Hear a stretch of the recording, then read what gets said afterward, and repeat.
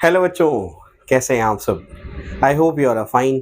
बच्चों, आज हम लोग हमारे इम्पॉर्टेंट डेरिवेशंस की एक सीरीज स्टार्ट करने जा रहे हैं, जिसमें हम लोग कुछ कुछ चैप्टर्स को क्लब करके उसके सारे इम्पॉर्टेंट और बड़े डेरिवेशंस एक ही वीडियो में कवर करने की कोशिश करेंगे। तो आज हम लोग ने स्टार्टिंग के 4 चैप्टर्स के डेरिवेशन हम लोग प्लान किए हुए हैं कि हम लोग फर्स्ट, सेकेंड, थर्ड और फोर्थ चैप्टर आपका रोटेशनल डायनेमिक्स, फ्लूइड्स और आपका केटीजी और थर्मोडायनेमिक्स, इन 4 चैप्टर्स के इंपॉर्टेंट वाले डेरिवेशंस मैं आपको एक ही वीडियो में कराता हूँ। ठीक है ना? आइए शुरू करें। तो आज हमारी कोशिश होगी कि तकरीबन 25 डेरिवेशन जो है आज के सेशन में हम लोग कवर करने की कोशिश करेंगे। ठीक है ना? आइए जल्दी जल्दी से। और यहाँ पर फोन में मैंने सारे डेरिवेशंस लिख करके रखे हैं, एक एक करके हम लोग डेरिवेशंस के नाम देखेंगे और फिर हम लोग शुरू करेंगे। तो सबसे पहला डेरिवेशन है टर्निंग ऑफ अ व्हीकल से रिलेटेड, व्हीकल की turning on an unbanked road. ठीक है ना? तो सबसे पहला डेरिवेशन हमारा है टर्निंग ऑफ अ व्हीकल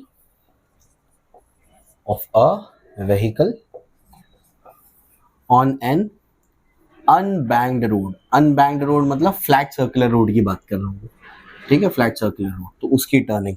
तो जब कोई गाड़ी एक फ्लैट सर्कुलर रोड पर टर्न करती है तो आपको पता होना चाहिए कि सेंटर की तरफ जो फोर्स होता है वो होता है फ्रिक्शन, जो कि क्या करता है, सेंट्रीपिटल फोर्स का रोल प्ले करता है। वेलोसिटीज की यहाँ पर होती है, तो यहाँ पर इसमें सेंट्रीपिटल फोर्स का रोल कौन प्ले करता है? फ्रिक्शन। सेंट्रीपिटल फोर्स का फॉर्मूला क्या होता है? mv²/r, और फ्रिक्शन का फॉर्मूला होता है म्यू इनटू नॉर्मल रिएक्शन। आपको ये पता होना चाहिए कि जब गाड़ी फ्लैट सर्कुलर रोड पर होगी तो आपका नॉर्मल रिएक्शन mg के बराबर होता है। तो यहाँ पर देयरफॉर हम लोग क्या करेंगे? Therefore mv²/r is equal to mu into mg करेंगे। मास और मास क्या हो जाएगा? कैंसिल हो जाएगा। ठीक है ना? मास और मास कैंसिल हो जाएगा, तो therefore v² is equal to mu rg के बराबर होगा। Therefore v is equal to होगा √of म्यू rg। इसी स्पीड को कहते हैं आपकी velocity on an unbanked road. ठीक है, विदाउट जो है बैंकिंग के हम लोग अगर ऑप्टिमम स्पीड से चलाना चाहते हैं तो ये वाली स्पीड से हमको गाड़ी को टर्न कराना पड़ेगा on a flat circular road. ठीक है ना? तो ये हो गया हमारा सबसे पहला डेरिवेशन। आइए अगले डेरिवेशन पे चलते हैं। अगले डेरिवेशन में हम लोग क्या करेंगे? हम लोग व्हीकल को टर्न तो कराएंगे, लेकिन व्हीकल को एक ऐसी जगह पर टर्न कराएंगे जहां पर हमने रोड की बैंकिंग की हुई है। अब बैंकिंग, आई होप आपको पता होगा कि बैंकिंग होती क्या है। ठीक है ना? आइए इसको समझने की कोशिश करते हैं। Turning of a vehicle on a banked road. इसमें दो अलग अलग केसेस आपने देखे होंगे, एक वी मैक्सिमम का और एक वी मिनिमम का। इसके दो अलग अलग केसेस हैं। तो turning of a vehicle on a banked road, एक बैंक्ड रोड पर अगर हम लोग व्हीकल को टर्न कराएंगे तो उसकी कैसे टर्निंग होगी? ठीक है ना? उसका वी मैक्सिमम अपने को निकालना है। वी मैक्सिमम आपको निकालना, मैं एक बार बता देता हूँ। वी मिनिमम का आपको डायग्राम और इक्वेशन बना के दे देता हूँ। वी मिनिमम को ट्राई करना, क्योंकि बिल्कुल सिमिलर डेरिवेशन है। ठीक है ना? तो वी मैक्सिमम वाला जो हमारा डेरिवेशन है वो कैसे है, मैक्सिमम कितनी वेलोसिटी से टर्न कर सकते हैं इसमें। तो यहाँ पर सबसे इंपॉर्टेंट इसका डायग्राम है। अगर आप डायग्राम बना लेते तो बहुत आसानी से आप क्या कर पाएंगे? इसका डेरिवेशन कर पाएंगे। तो फॉर एग्जाम्पल हमारे पास एक रोड है, इसकी हम लोग ने बैंकिंग करी है। बैंकिंग आई होप आपको समझ में आता होगा कि बैंकिंग क्या है। रोड को एक साइड से उठा देना, उसी को बैंकिंग कहते हैं। तो ये हमारे पास क्या है? थीटा एंगल पर है।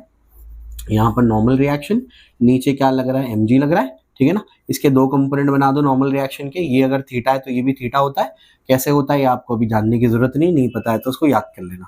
स्टार्टिंग में जब कराते हैं टीचर्स डिटेल में, तो फिर आपको डिटेल में बताया जाता है कि ये थीटा तो वो थीटा कैसे। अभी आप लोग इसको याद कर लेंगे। यहाँ पर n sin थीटा हो गया, और ये हमारा यहाँ पर हमारा सेंटर है सर्कल का, रोड का, और इसके अबाउट ये टर्न कर रहा है। तो सेंटर की तरफ एक फोर्स तो आ गया n sin थीटा। अब मेरी बात ध्यान से सुनना, हम गाड़ी को टर्न करा रहे हैं मैक्सिमम स्पीड से। मतलब इससे ज्यादा अगर उसने स्पीड किया, मैक्सिमम स्पीड, इससे ज्यादा स्पीड किया तो बाहर फेंक जाएगा। तो उसकी कहां जाने की टेंडेंसी है? बाहर जाने की टेंडेंसी है। तो फ्रिक्शन जो है उल्टा लगेगा, फ्रिक्शन यहां लगेगा। बात समझ आई? जहां जाने की टेंडेंसी होती है फ्रिक्शन उसके अपोजिट डायरेक्शन में लगता है। बात समझ आई? ठीक है ना? चलो भाई, तो ये हो गया फ्रिक्शन। तो फ्रिक्शन के दो कंपोनेंट कर लो। जेड शेप यहाँ बन रहा है, थीटा है तो ये भी थीटा है, तो ये क्या बनेगा? एफ कॉस थीटा, और नीचे क्या बनेगा? F sine theta. अब बस क्या करना है? फोर्सेस को बैलेंस करना है। इक्वेशन में एक दो चीजें आपको याद रखनी है और आराम से आप इसको निकाल लेंगे।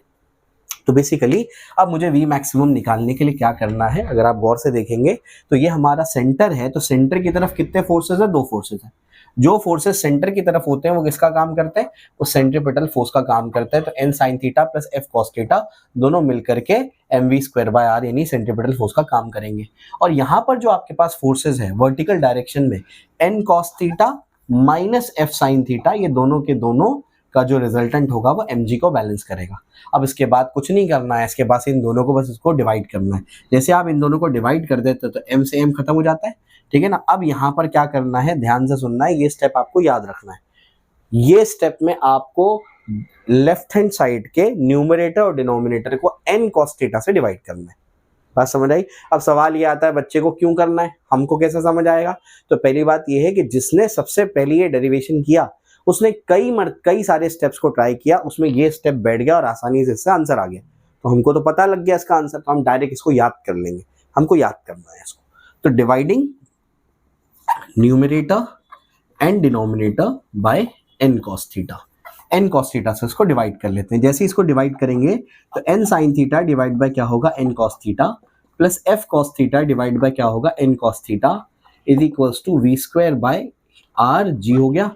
और डिनोमिनेटर में क्या हो गया, देखो ये हो गया n cos theta divide bye n cos theta minus f sin theta divide bye n cos theta. ये स्टेप आपको याद रखना है। नॉर्मल रिएक्शन कैंसिल हो गया, cos थीटा कैंसिल हो गया, n cos थीटा पूरा कैंसिल हो गया, यहाँ तो कुछ भी कैंसिल नहीं होगा।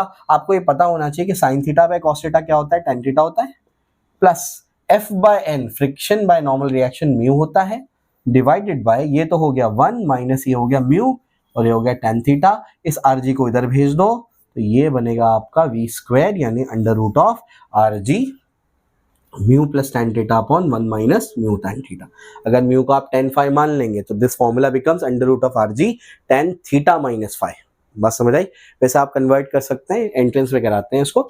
अभी आप इतना याद कर लो, वी मैक्सिमम का ऐसा ऐसा है। यहाँ तक सबको समझ में आया होगा। अब अगर ये वी मैक्सिमम निकाला मैंने, अगर ये आपको यहाँ पर वी मिनिमम निकालना है तब आप क्या करेंगे, आइए मैं आपको समझाता हूँ। वी मिनिमम के लिए क्या करना है, बस आपको वी मिनिमम के लिए डेरिवेशन में छोटा सा चेंज करना है। अभी समझाता हूँ मैं आपको। डेरिवेशन पूरा आप करेंगे, मैं आपको इनिशिएट करके दे देता हूँ। वी मिनिमम के लिए क्या करना है, दोनों ही डेरिवेशन के लिए सबसे इंपॉर्टेंट उसका डायग्राम है। तो यहाँ पर हमारे पास बैंक रोड है, यहाँ पर हमारी कार है, ये mg नीचे लग रहा है, नॉर्मल रिएक्शन ऊपर लग रहा है। फिर से यहाँ तक तो कहानी सेम है बिल्कुल। थीटा तो ये क्या होगा n cos थीटा और ये क्या बनेगा n sin थीटा। ये हमारा रोड का सेंटर है और ये सेंटर की तरफ n sin थीटा लग रहा है। अब आगे की कहानी सुनिए। हम v मिनिमम निकाल रहे हैं, मतलब गाड़ी मिनिमम से मिनिमम स्पीड पे चल रही है। इससे कम अगर स्पीड हुई तो गाड़ी नीचे फिसलना शुरू हो जाएगी। तो उसकी कहाँ फिसलने की टेंडेंसी है, नीचे। और फ्रिक्शन कहाँ लगता है, जहां मूव करने की टेंडेंसी है उससे उल्टा। तो मिनिमम से कम करेंगे तो नीचे जाएगा, तो फ्रिक्शन लगेगा उल्टा। बात समझ आई। तो इसके दो कंपोनेंट यहां कर लेंगे आप। बात समझ आ रही क्या बोल रहा हूं मैं। एक क्या बनेगा f cos थीटा, एक क्या बनेगा f sin थीटा। आप आराम से इसको देख सकते हैं, ये 90 माइनस थीटा ये थीटा, तो ये क्या बनेगा f cos थीटा और ऊपर क्या बनेगा f sin थीटा। अब बस आपको इक्वेशन लिखनी है। इसकी इक्वेशन क्या होगी, इसकी इक्वेशन होगी, देखो सेंटर की तरफ क्या है n sin थीटा और उल्टे डायरेक्शन में तो f cos थीटा। ये दोनों मिलकर के क्या करेंगे, mv स्क्वायर बाय r यानी सेंट्रीपिटल फोर्स का रिक्वायरमेंट को फुलफिल करेंगे। और ऊपर की तरफ देखो कौन सा है, n cos थीटा प्लस क्या है हमारे पास f sin थीटा। वो दोनों मिलकर के क्या करेंगे, mg को बैलेंस करेंगे। फिर से वही स्टेप, mg से दोनों को डिवाइड करो, फिर n cos थीटा से दोनों लेफ्ट साइड पे न्यूमरेटर डिनोमिनेटर को डिवाइड करो और बहुत आसानी से आप v मिनिमम निकाल लेंगे। समझ में आया। तो आई होप आपको यहाँ तक तो क्लियर होगा। अब जो है इसके बाद अगले डेरिवेशन पे चलते हैं। बहुत पसीना आ रहा है, गर्मी बहुत है यहाँ पे। आइए अगले डेरिवेशन पे चलते हैं। अगला डेरिवेशन क्या है चेक करें हम लोग। चलो भाई, अब इसके बाद वेल ऑफ डेथ है, फिर कॉनिकल पेंडुलम है, फिर वीसीएम है। आइए इसको देखते हैं। तो अब जो है वेल ऑफ डेथ की चर्चा करते हैं। वेल ऑफ डेथ का क्या फंडा है।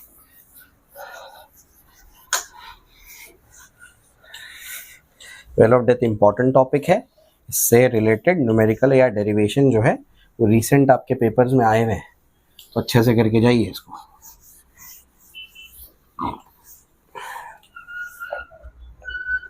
आइए देखते हैं। तो नेक्स्ट क्या हमारा तीसरा डेरिवेशन है वेल ऑफ डेथ। तो जो आपका वेल ऑफ डेथ है, इसमें क्या करना है, इसमें कुछ नहीं करना है, इसमें आपको बस वेलोसिटी निकालनी है कि मिनिमम कितनी वेलोसिटी रखनी पड़ेगी मौत के कुएं के अंदर। तो अगर हमारे पास कुछ इस तरीके से है, कोई सिलिंड्रिकल हमारे पास ये कोई सिलेंडर है और उसमें हम लोग क्या कर रहे हैं, उसमें हम लोग एक बाइक सवार है यानी मोटरसाइकिलिस्ट है, उसको बोल रहे हैं कि भाई क्या करो, ऐसे चक्कर लगाओ। ठीक है, वो ओवर एग्जैजरेशन है, ऐसा बिल्कुल स्ट्रेट नहीं होता है, वो ऐसा टेढ़ा होता है ताकि नॉर्मल रिएक्शन के कंपोनेंट्स को और हेल्प करे। ठीक है, उसको बचाने के लिए, वरना बेचारा।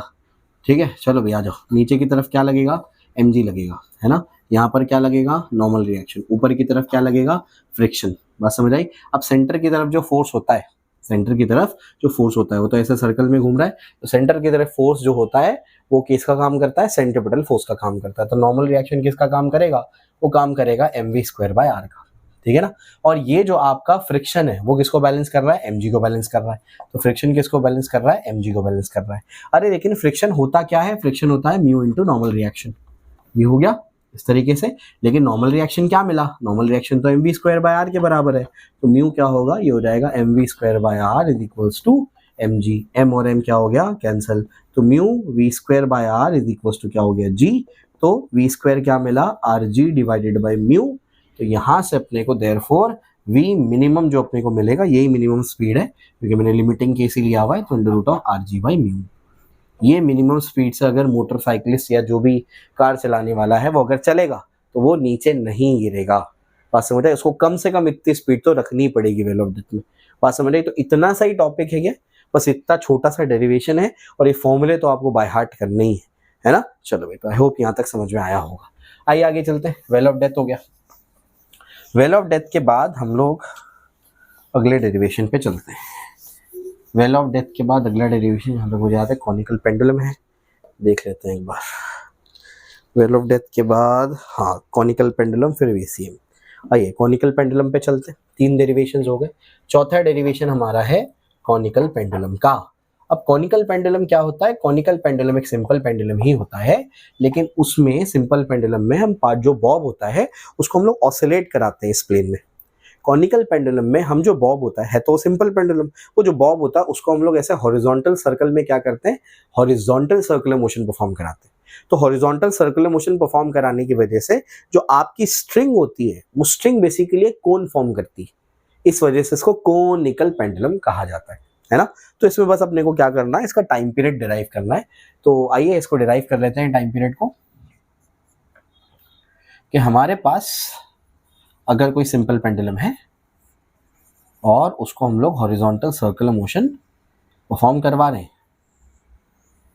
इस तरीके से, तो यहाँ पर आप इस बात को समझिए कि बेसिकली यहाँ पर क्या होगा, टेंशन होगा। ये एंगल थीटा मान लो अभी इस पोजीशन पे है, नीचे की तरफ क्या लग रहा होगा, mg लग रहा होगा। टेंशन के 2 कंपोनेंट बनाइए, एक ये कंपोनेंट एक ये कंपोनेंट, ये जेड शेप बन रहा है तो ये थीटा बनेगा, तो ये क्या बनेगा, टी कॉस थीटा, और सेंटर की तरफ क्या बनेगा, टी साइन थीटा। तो सेंटर की तरफ वाला फोर्स होता है वो किसका काम करता है, सेंट्रीपिटल फोर्स का काम करता है। तो हम लोग को बताइए कि टी साइन थीटा किसके बराबर है, वो होगा mr⍵² यानी सेंट्रीपिटल फोर्स। अब बोलेंगे mv²/r क्यों नहीं लिया, क्योंकि मुझे टाइम पीरियड निकालना है। टाइम पीरियड ओमेगा से रिलेटेड है, mv²/r से भी आएगा लेकिन और लॉन्ग कट है वो, तो क्यों हम लोग ज्यादा मेहनत करेंगे, तो आसानी से काम हो रहा है हमारा। और टी कॉस थीटा जो है वो किसके बराबर आएगा, mg के बराबर आएगा। जैसे ही दोनों को डिवाइड करेंगे m और m क्या हो जाएगा कैंसिल, t और t क्या हो जाएगा cancel, sine theta by cos theta क्या होगा tan थीटा, और ये होगा r⍵² डिवाइड बाय क्या होगा g। ठीक है ना। अब आगे की कहानी सुनिए ध्यान से। अगर आप गौर से देखेंगे इस ट्राइंगल को, तो ये हाइट h है आपकी, ये लेंथ l है आपका, बात समझ आए, और ये जो है ये रेडियस r मान लीजिए। तो अगर आप ट्राइंगल को गौर से देखेंगे तो ट्राइंगल क्या है, ये लेंथ l, हाइट h, ये एंगल थीटा, और ये आपका क्या है, रेडियस r है। तो यहां से अगर tan थीटा निकाला जाए तो tan क्या होता है, अपोजिट अपॉन एडजेसेंट। अपोजिट में कौन है, थीटा के r है, एडजेसेंट में कौन है, h है। तो ये क्या हो जाएगा, r अपॉन h हो जाएगा, r⍵² divide by g। r और r कैंसिल हो जाएगा, तो यहाँ से ⍵² क्या मिलेगा, g/h, यानी ओमेगा क्या मिलेगा, √g/h। बच्चों हमको निकालना टाइम पीरियड है, देयरफॉर टाइम पीरियड क्या होता है, वो होता है 2π/ω, यानी 2π/ω क्या है, √g/h, यानी टाइम पीरियड जो बनेगा वो बनेगा √2π/h/g। अभी कहानी खत्म नहीं हुई है, जो आपका टाइम पीरियड है वो थीटा पे डिपेंड करता है, तो आपके फॉर्मूले में उसको हम लोग बताएंगे, शो करेंगे कि भाई यहाँ पर वो थीटा पे डिपेंड करता है। तो अगर हम इस ट्राइंगल में cos थीटा निकालेंगे तो cos थीटा क्या होता है, एडजेसेंट अपॉन हाइपोटेन्यूज। एडजेसेंट कौन है, h है, हाइपोटेन्यूज कौन है, l है, तो h क्या बनेगा, l cos थीटा। तो इस h की जगह क्या लिखेंगे, 2 पाई अंडर रूट ऑफ हो जाएगा l cos theta divided by g। ये आपका टाइम पीरियड है, बात समझ आई। तो इतनी आसानी से हम लोग क्या कर सकते हैं, इसका टाइम पीरियड निकाल सकते हैं ऑफ अ कॉनिकल पेंडुलम। आइए आगे चलते हैं। आगे जो है अभी हम लोगों को VCM देखना है। VCM में हम लोगों को 2-3 चीजें देखनी है। आइए मैं आपको एक एक करके समझाता हूँ।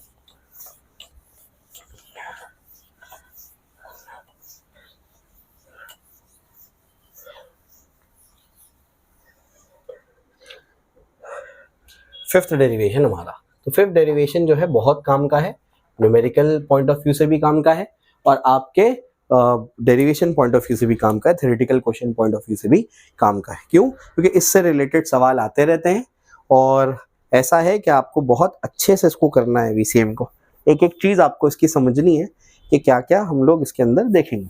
आइए मैं आपको बताता हूँ। आपको 2-3 चीजें निकालनी है इसके अंदर। जान हो रही है, पॉज करता हूँ मैं। ओके, आइए VCM को देखते हैं कि वर्टिकल सर्कुलर मोशन क्या होता है। सबसे पहले वर्टिकल सर्कुलर मोशन को समझ लेते हैं कि अगर हमारे पास क्या है, कोई एक धागा है, उससे मैंने एक पार्टिकल को बांधा और उसको मैं इस वर्टिकल प्लेन में क्या कर रहा हूँ, ऐसे इसको घुमा रहा हूँ। जैसे कि आसमानी झूला घूमता है वर्टिकल प्लेन में, बिल्कुल वैसे ही जैसे वॉल क्लॉक का जो हैंड का टिप होता है वो भी वर्टिकल प्लेन में घूमता है, तो वो भी एक VCM परफॉर्म करता है। तो अगर मेरे पास कोई पार्टिकल है जो क्या कर रहा है, वर्टिकल सर्कुलर मोशन परफॉर्म कर रहा है, यानी सर्कुलर मोशन परफॉर्म कर रहा है वर्टिकल प्लेन में, तो हम लोगों को क्या करना है, हम लोगों को इसकी स्टडी करनी है, इसको एनालाइज करना है, इसकी स्टडी करनी है और अपने को यहाँ पर 3 चीज़ों के बारे में बातें करनी है। सबसे पहले अपने को यहाँ पर इसका इंपॉर्टेंट यानी क्रिटिकल पॉइंट्स पे टेंशन चेक करना है। तो यहाँ पर जो है आपका ये लोएस्ट पॉइंट है, ये आपका मिडवे पॉइंट है, ये असल में हाईएस्ट आपका एक क्रिटिकल पॉइंट होता है। तो ये इंपॉर्टेंट पॉइंट्स पे आपको क्या करना है, इसका टेंशन निकालना है और साथ ही साथ फिर आपको हर एक पॉइंट पे लोएस्ट वेलोसिटी कितनी रखनी पड़ेगी ताकि वो अपना पूरा सर्कल यानी पूरा चक्कर कंप्लीट कर ले, वेलोसिटी निकालनी है। और आपको फिर लास्ट में एनर्जी कंजर्वेशन यूज करके ये बताना है कि हर पॉइंट पे एनर्जी क्या होती है, कंजर्व होती है। एनर्जी यहाँ पर वैलिड है, एनर्जी कंजर्वेशन प्रिंसिपल वैलिड है, ठीक है ना। आइए समझते हैं इसको। तो नीचे की तरफ क्या है, यहाँ पर mg लगेगा, ये अभी यहाँ तक पहुँच चुका है थीटा एंगल पर। mg के 2 कंपोनेंट कर सकते हैं यहाँ पर। तो यहाँ पर क्या होगा बताओ, ये होगा, अगर आप गौर से देखेंगे, ये सीधा बनाता हूँ मैं, तो ये थीटा है तो ये भी क्या होगा, थीटा बनेगा। तो ये क्या बनेगा, ये हो जाएगा mg cos थीटा और ये क्या बनेगा, mg sin थीटा, ठीक है ना, क्लियर हो गया। और यहाँ पर क्या है, टेंशन है, तो सेंटर की तरफ एक टेंशन लग रहा है, उसको काटने के लिए कौन है, mg cos थीटा। यानी बेसिकली मैं आपको एक इक्वेशन बता रहा हूँ टेंशन के लिए। तो सबसे पहले हम लोग टेंशन पे ही चर्चा करने वाले हैं। टेंशन एट का निकालना है, लोवेस्ट पे, मिडवे पे और हाईएस्ट पे। तो टेंशन हम लोग निकालने का तरीका ये रखेंगे कि हम लोग एक टेंशन की जनरल इक्वेशन बना लेंगे। फिर जैसे जैसे हम लोगों को जैसे लोवेस्ट पे, मिडवे पे और हाईएस्ट पे टेंशन निकालना है, तो वैसे वैसे हम लोग थीटा का वैल्यू सब्स्टिट्यूट करेंगे और टेंशन निकालेंगे। आइए मैं आपको समझाता हूँ। तो टेंशन अपने को निकालना है, तो सबसे पहले इसकी इक्वेशन लिखेंगे। ऊपर की तरफ टी है, माइनस क्या है वो, mg cos थीटा। ये दोनों मिलकर के क्या प्रोवाइड करेंगे, mv स्क्वायर बाय आर। तो बच्चों टेंशन एट एनी पॉइंट का फॉर्मूला होता है mg cos theta plus mv square by R. ये इसका फॉर्मूला बनेगा। Tension at any point p, ये भी एनी पॉइंट, जिस पॉइंट का टेंशन है उस पॉइंट की वेलोसिटी पुट करनी पड़ेगी। बात समझ आई। एक क्वेश्चन आया था 2022 में आपके बोर्ड एग्जाम में, उसमें जितने भी महाराष्ट्र बोर्ड के टीचर्स उसको सॉल्व करा रहे थे यही मिस्टेक कर रहे थे। आपको याद ये रखना है कि जिस पॉइंट का टेंशन है आपको वेलोसिटी भी उसी पॉइंट की सब्स्टिट्यूट करनी पड़ती है, तब जाके आंसर बराबर आएगा। तो इन जनरल यहाँ पर हमारे पास टेंशन जो है हम लोग ने लिखा। आइए इसको समझते हैं। अब अपने को टेंशन कहाँ कहाँ निकालना है, अपने को टेंशन निकालना है एट सबसे पहले लोवेस्ट पे। लोवेस्ट पे जब ये था तो एंगल कितना था, ऐसा देखो अभी एंगल थीटा है, जब ये लोवेस्ट पे था तो एंगल कितना था, 0। मिडवे पे एंगल कितना बनेगा, 90 और हाईएस्ट पे एंगल कितना बनेगा, 180। बस समझे, स्ट्रिंग ने इस वर्टिकल लाइन के साथ में लोवेस्ट पे एंगल कितना बनाया, लोवेस्ट पे एंगल 0 है, मिडवे पे एंगल कितना है, 90 है और हाईएस्ट पे थीटा कितना है, 180 डिग्री है। यहाँ तक क्लियर है। आइए फिर आगे चलते हैं। तो थीटा कितना है, थीटा 0 डिग्री है।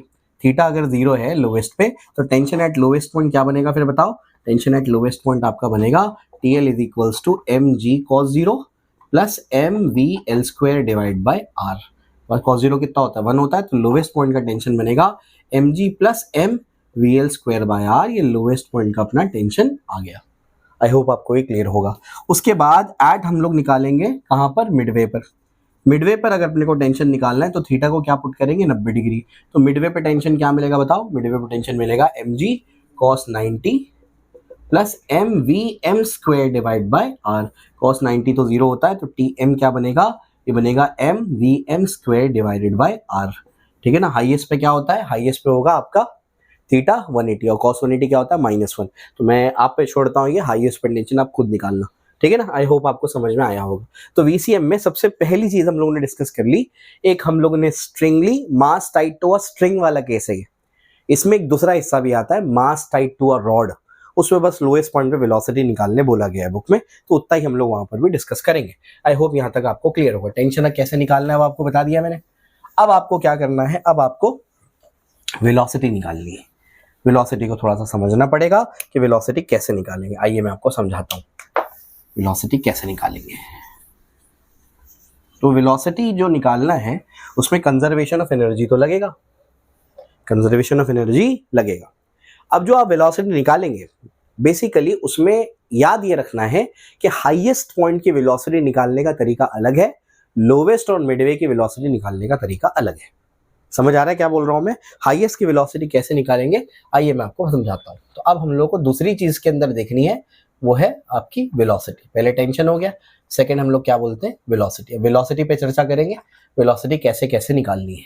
हाईएस्ट पे वेलोसिटी जब मुझे निकालनी है, कैसे निकालूंगा मैं, तो मेरे पास टेंशन का इक्वेशन है हाईएस्ट पे, क्या होता है अभी यहाँ पर वो काम आने ही वाला है, अभी बता देता हूँ मैं आपको। mg cos थीटा, थीटा मतलब क्या आएगा हाईएस्ट पे 180 और plus mvh² divide by r। ये मेरे पास cos 180 कितना होता है -1 होता है, तो देयरफॉर टेंशन एट हाईएस्ट क्या बनेगा mg cos 180 -1 plus mvh² divide by r। Therefore जो आपका टेंशन एट हाईएस्ट पॉइंट पे होगा वो क्या होगा, ये होगा mvh² divide by r minus mg। ये हाईएस्ट पॉइंट का टेंशन है। यहाँ तक क्लियर है। आगे चलते हैं, आगे क्या है इसके बाद सॉरी, हाईएस्ट पॉइंट का टेंशन अपने को ये लिख दिया मैंने। अब मुझे निकालना क्या है उस बात पे चलो ध्यान से सुनना मेरी बात। हमको निकालना है कि हमको अगर पूरा लूप कंप्लीट कराना है तो हाईएस्ट पे मिनिमम यानी कम से कम वेलोसिटी कितनी रखनी पड़ेगी, ये मुझे निकालना है। बात समझ आई। तो अगर मुझे mg को कुछ कर नहीं सकते, वो तो फिक्स हो गया, तो अगर मुझे वेलोसिटी का मिनिमम वैल्यू चाहिए तो मुझे टेंशन का भी मिनिमम वैल्यू रखना पड़ेगा। और टेंशन का मिनिमम वैल्यू हाईएस्ट पे 0 हो सकता है, उससे कम नहीं हो सकता। कम से कम 0 हो सकता है, उससे कम नहीं हो सकता। Tension can't be negative. समझ आ रही बात। तो अगर मुझे क्या करना है, for VH is equals to VH minimum, मुझे क्या करना पड़ेगा, TH is equals to 0 put करना पड़ेगा। क्योंकि अगर मुझे वेलोसिटी का मिनिमम वैल्यू चाहिए तो मैं क्या करूंगा, टेंशन का मिनिमम वैल्यू सब्स्टिट्यूट कर दूंगा। बात समझ आई। अब अगर मुझे टेंशन का मिनिमम वैल्यू चाहिए तो वो 0 हो सकता है, उससे कम तो हो नहीं सकता। Tension can't be negative. तो देयरफॉर बच्चों ये हो जाएगा 0 is equals to mvh² divide by r minus mg। mg उधर जाएगा तो देयरफॉर क्या बनेगा, mg is equals to mvh² divided by r। m और m क्या हो गया, कैंसिल हो गया। तो देयरफॉर हमारे पास क्या बचा बताओ, हमारे पास बचा VH is equals to √rg। ये मेरे पास हाईएस्ट पे मिनिमम वेलोसिटी है। कि अगर मैं चाहता हूं कि पूरा लूप कंप्लीट हो, जो रस्सी के साथ में पत्थर बंधा हुआ है, मैं चाहता हूं कि पूरा लूप कंप्लीट करे, आधे से रिटर्न ना आ जाए, पूरा लूप कंप्लीट करे, तो उस पे हाईएस्ट पे कम से कम इतनी वेलोसिटी रखनी पड़ेगी। बात समझ आई। तो हमने क्या कर दिया, हमने वेलोसिटी एट कहाँ निकाला, हाईएस्ट पे निकाल लिया। बात समझ आई। अब वेलोसिटी एट मिडवे पे निकाल लो या वेलोसिटी एट लोएस्ट पे निकाल लो। कैसे निकालेंगे मैं एक निकाल के बताता हूं। जैसे हम लोग मिडवे का कर लेते हैं अभी, अब हाई लोएस्ट का आप खुद कर लेना। आइए मैं आपको समझाता हूँ, या लोएस्ट का बता देता हूं मैं हूं एट लोएस्ट। लोएस्ट पे कैसे निकालेंगे, तो लोएस्ट और मिडवे का तरीका सेम है, हाईएस्ट पे वेलोसिटी निकालने का तरीका अलग है, उसको याद रखना है आपको। ठीक है ना। फॉर्मूला भी याद रखना है, बहुत इंपॉर्टेंट है। कैसे निकालेंगे, लोएस्ट आपको बता देता हूँ, मिडवे आप निकाल लेंगे बहुत आसानी से। ठीक है। लोएस्ट कैसे निकालेंगे, तो मेरे पास वेलोसिटी कहाँ की है, मेरे पास वेलोसिटी हाईएस्ट की है, निकालनी कहाँ की है, लोएस्ट की। तो अब इसको जरा ध्यान से सुनिए, हम लगाएंगे conservation of energy. Conservation of energy ये कहता है क्यों, क्योंकि यहाँ पर सिर्फ उस पर लग रहा है ग्रेविटेशनल फोर्स, और ग्रेविटेशनल फोर्स एक कंजर्वेटिव फोर्स है, यानी मैकेनिकल एनर्जी कंजर्व होने वाली है। मैकेनिकल एनर्जी कंजर्व होने का मतलब टोटल एनर्जी जो हाईएस्ट पे होगी वही टोटल एनर्जी लोएस्ट पे होगी। टोटल एनर्जी यानी काइनेटिक एनर्जी और पोटेंशियल एनर्जी का सम। तो ये होगा kinetic energy at highest plus potential energy at highest is equal to kinetic energy at lowest plus potential energy at lowest. ठीक है ना। हाईएस्ट पे जो काइनेटिक एनर्जी होगी वो क्या होगी, हाफ एम वी एच का स्क्वायर। पोटेंशियल एनर्जी हाईएस्ट पे क्या होगी, एम जी, ये ऐसे हाईएस्ट पे, ये मेरा डेटम है, यहाँ से पार्टिकल चल करके यहाँ पहुंच जाता है, तो कितना उसने क्या कर दिया, डिस्प्लेसमेंट किया, तो हाइट कितनी चला, आर और आर मिला करके 2r, तो हाइट चलेगा 2r, क्योंकि पोटेंशियल एनर्जी का फॉर्मूला mgh होता है। चलो भाई ये भी समझ में आता है। लोएस्ट पे जो वेलोसिटी होगी वो क्या होगी, हो जाएगी हाफ एम वीएल का स्क्वायर, मिनिमम जो मुझे निकालना है, और लोएस्ट पोटेंशियल 0 होगा। क्यों, क्योंकि लोएस्ट पॉइंट को ही मैंने डेटम माना है, तो यहाँ पर तो डेटम मतलब जहां पर मेरा रेफरेंस है, तो वहां पर पोटेंशियल एनर्जी मैं क्या मानूंगा, 0 मानूंगा। बात समझ आई, तो वहां पर मेरी पोटेंशियल एनर्जी 0 है। अब देयरफॉर यहाँ से दिख रहा है कि सब में से m क्या हो जाएगा, यहाँ से m कॉमन लो और कैंसिल हो जाएगा, तो बचेगा क्या, V H square by 2 plus ये क्या होगा 2rg is equals to V L square divide by 2। बात समझ रहे, वी एच क्या होता है, वी एच होता है under root of R G, square करेंगे तो आर जी बनेगा, तो r into G divide by 2 plus 2rg is equals to V L square divide by 2। ठीक है ना। अब ध्यान से सुनिए, इसको यहाँ मल्टीप्लाई करो तो क्या होगा 2 to the 4 प्लस 1, तो क्या होगा, ये हो जाएगा देयरफॉर मेरे पास हो जाएगा 5rg divided by 2 is equals to V L square by 2, दोनों कैंसिल, तो V L is equals to under root of 5rg। ये अपने पास ऐसे लोवेस्ट पॉइंट की वेलोसिटी आ गई। तो लोवेस्ट पॉइंट पे मिनिमम वेलोसिटी बच्चों ये रखनी पड़ेगी आपको। यहाँ तक समझ आ रहा है, लोएस्ट पॉइंट पे मिनिमम वेलोसिटी अगर आप ये रखेंगे तभी जाकर के वो क्या करेगा, अपना लूप कंप्लीट करेगा। इसके अलावा और भी इसके केसेस बनते हैं, लेकिन आपको वो नहीं करना है, आपकी बुक में नहीं है। मिडवे का आप खुद निकाल सकते हैं। मिडवे पे जब आपको निकालना होगा तो आप क्या करेंगे, एट मिडवे, तो आपको क्या करना पड़ेगा, टोटल एनर्जी, एक तो उसका लिखो जिसका निकालना होता है, और दूसरा उसका लिखो जिसका पता है ना। मिडवे पे निकालना है टोटल एनर्जी एट लोएस्ट का पता है वेलोसिटी, हाईएस्ट का भी पता है, तो या तो total energy at midway is equal to total energy at lowest लिखो, या total energy at midway is equal to total energy at highest, दोनों भी लिखो, दोनों से आंसर आ जाएगा। बात समझ आ रही है क्या बोल रहा हूं मैं। तो इस तरीके से आपको इसको सॉल्व करना है। तो वेलोसिटी आपको समझा दी मैंने, वेलोसिटी कैसे निकालेंगे। अब कंजर्वेशन ऑफ एनर्जी के बारे में थोड़ी सी चर्चा करेंगे। टोटल एनर्जी सारे पॉइंट्स पे हम लोग निकाल करके चेक कर लेते हैं कि टोटल एनर्जी सारे पॉइंट्स पे क्या आएगी। आइए मैं आपको समझाता हूँ, आइए देखते हैं इसको। Total energy at highest, I am sorry, total energy at every point, lowest, Midway and highest. कोई भी पॉइंट पे लोगा तो लेंगे तो भी तब भी वही आएगा। हाईएस्ट, लोवेस्ट या मिडवे लेने की जरूरत नहीं, लेकिन इनकी वेलोसिटीज पता है तो हम लोग देख लेते हैं। तो टोटल एनर्जी के ऊपर तीसरी चर्चा होती है इसके अंदर। अब टोटल एनर्जी का क्या है, टोटल एनर्जी अब हर पॉइंट पे निकालेंगे, सारे पॉइंट पे सेम आएगी, आप बोलेंगे एनर्जी कंजर्व हो रही है। मैं एक पे निकाल के बताता हूँ, आप लोग बाकियों पे निकाल लेना, ठीक है। तो टोटल एनर्जी एट हाईएस्ट निकाल देता हूँ मैं, क्या होगा वो, kinetic energy at highest plus potential energy at highest. Kinetic energy क्या होगी, हो जाएगी हाफ एम वी एच का स्क्वायर। पोटेंशियल एनर्जी क्या होगी, एम जी, हाईएस्ट के लिए क्या होगा 2r होगा, है ना। अब क्या वेलोसिटी आई बताओ जल्दी से, वेलोसिटी क्या आई, under root of R G, square करेंगे तो आर जी, तो क्या होगा हाफ एम, ये क्या हो जाएगा आर जी प्लस क्या हो जाएगा एम जी इंटू 2r, ठीक है। 2 टू जा 4 प्लस 1 कितना हो जाएगा 5/2 mrg। बात समझ आई। तो इस तरीके से ये हाईएस्ट पे आ गई। इसी तरीके से आप टोटल एनर्जी कहाँ निकालेंगे, मिडवे पे निकालेंगे, और इसी तरीके से क्या करेंगे, टोटल एनर्जी एट लोएस्ट पे निकालेंगे। फिर वही kinetic energy at Midway plus potential energy at Midway, इस तरीके से सबका आंसर वही आने वाला है। बात समझ आई। ट्राई कर लेना, बस करस्पॉन्डिंग वेलोसिटी बराबर सब्स्टिट्यूट करना। वीएच क्या था, under root of RG, midway क्या है, अंडर रूट ऑफ 3rg, और लोवेस्ट क्या है, अंडर रूट ऑफ 5rg। वैसे सब्स्टिट्यूट करोगे तो आराम से आंसर आ जाएगा। इसको ट्राई करना, ठीक है ना।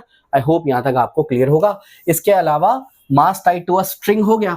अब मास टाइड टू अ रॉड अपने को देखना है, उसके लोवेस्ट पे क्या मिनिमम वेलोसिटी होगी वो अपने को निकालना है।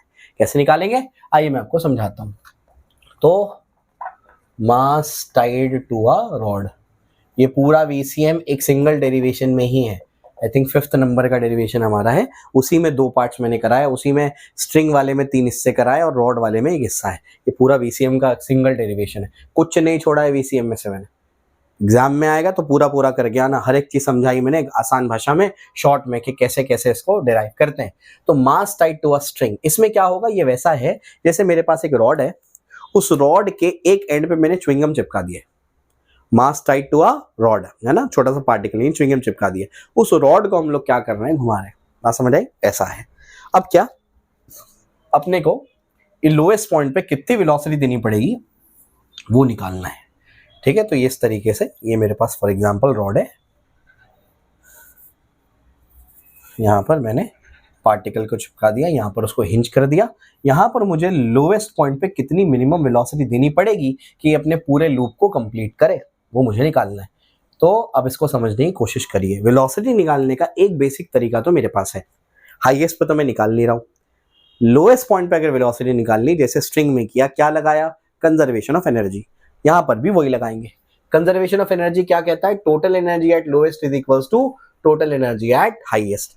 टोटल एनर्जी एट लोएस्ट क्या होगा, वो होगा kinetic energy at lowest plus potential energy at lowest is equals to kinetic energy at highest plus potential energy at highest, ठीक है ना। आइए इसको समझते हैं। लोएस्ट पे काइनेटिक एनर्जी क्या होगी, हो जाएगी हाफ एम वी एल का स्क्वायर। पोटेंशियल एनर्जी लोएस्ट पे 0 होती है क्योंकि हमने इसी को डेटम माना है, डेटम जिसको मानते हैं वो हमारा रेफरेंस होता है, वहां पर पोटेंशियल एनर्जी 0 मानी जाती है। चलो अभी काइनेटिक एनर्जी हाईएस्ट देखेंगे तो क्या होगा, हो जाएगा हाफ एम वी एच का square plus potential energy highest पे क्या होगी, हो जाएगी M G into 2r। Are मतलब जिसकी लेंथ मान लो, रेडियस मान लो, इसका लेंथ मैं मान लेता हूं l, तो ये एम जी इंटू 2l बन जाएगा, तो 2l लिख देता हूं मैं, ठीक है, क्लियर हो गया। अब मेरी बात ध्यान से सुनना, सब में से m कैंसिल हो रहा है, ये क्या बन रहा है, V L square by 2 is equal to क्या है, ये V H square by 2 plus ये क्या है 2gl, ठीक। अब मेरी बात ध्यान से सुनना, मैं निकालना चाहता हूं लोएस्ट पे मिनिमम वेलोसिटी क्या देनी पड़ेगी हमको रॉड को कि वो लूप कंप्लीट करे, है ना।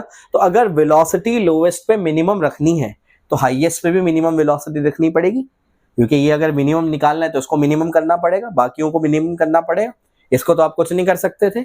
इसका मिनिमम वैल्यू क्या होता है, तो कम से कम रॉड की मिनिमम वेलोसिटी हाईएस्ट पे क्या हो सकती है, 0 हो सकती है।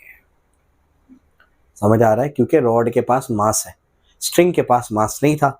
स्ट्रिंग में हाईएस्ट पॉइंट पे वेलोसिटी 0 नहीं हो सकती, वहां पर टेंशन 0 हो सकता है, वेलोसिटी 0 नहीं हो सकती। स्ट्रिंग वाले केस में हाईएस्ट पे velocity under root of GR रखनी पड़ेगी आपको, बात समझ आई। लेकिन रॉड में 0 हो सकता है, जैसे अगर इसकी वेलोसिटी यहाँ के 0 भी होगी, इनर्शिया की वजह से ये आगे चले जाएगा, बात समझ आई। तो मिनिमम वेलोसिटी हाईएस्ट पे क्या हो सकती है, 0 हो सकती है। तो ये गया, क्या बचा बताओ, VL स्क्वायर क्या बचा, ये 2 फिर उधर जाएगा तो क्या होगा 4GL, यानी VL मिलेगा अंडर रूट ऑफ 4GL। समझ आया। तो मिनिमम वेलोसिटी कितनी देनी पड़ेगी लोएस्ट पॉइंट पर रॉड को, अंडर रूट ऑफ 4GL, और स्ट्रिंग को अंडर रूट ऑफ 5GL, तभी वो अपना लूप कंप्लीट कर पाएंगे। और भी चीजें हैं इसके अंदर बताने के लिए, लेकिन आपके सिलेबस में नहीं है वो, तो एक्स्ट्रा पढ़ के कुछ मतलब नहीं है। आई होप यहाँ तक आपको क्लियर होगा। तो मास टाइड टू रॉड में जो बुक में नहीं दिया है वो बुक में तो छोड़ दिया, बच्चा खुद करे, लेकिन आपको मैंने डिराइव करके बता दिया कब क्या होने वाला है। आई होप यहाँ तक आपको क्लियर होगा। आइए इसके बाद आगे चलते हैं। आगे क्या, ये एक क्वेश्चन आता है पेपर में कई मर्तबा, मैं आपको थोड़ा सा समझा दूं कि TL माइनस TH हाईएस्ट और लोएस्ट में जो टेंशन का डिफरेंस है, मास टाइड टू अ स्ट्रिंग की बात कर रहा हूं मैं, वो क्या है। तो ये मैं आपको यही डिस्कस कर लेता हूं। TL माइनस TH लोवेस्ट और हाईएस्ट के टेंशन का अगर आप डिफरेंस लेंगे तो क्या आएगा, अभी मैं आपको समझा देता हूँ कैसे निकालते हैं, उसमें क्या पूछा गया था उसको भी देख लेते हैं अभी। तो मिनिमम वाले केसेस के लिए यहाँ ये, ठीक है ना। चलो भाई, मतलब आपने लोएस्ट पे कितनी वेलोसिटी दी, अंडर रूट ऑफ 5RG दी, तभी ये वैलिड है, हमेशा मत लगा देना इसको, है ना। चलो भैया, तो TL माइनस TH, TL क्या है, ये है mg, आपको पता है TL कैसे निकालेंगे, ये आपको निकालना है।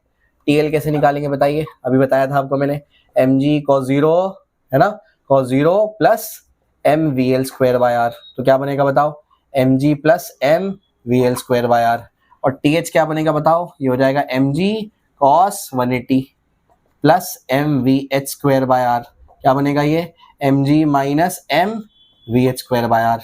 बात समझ आई। इन दोनों को यहाँ सब्स्टिट्यूट कर देते हैं तो देयरफॉर क्या होगा बताओ, TL माइनस TH अगर लिखते हैं, TL क्या है mg plus M V L square by R minus mg plus M V H square by R, ठीक है ना।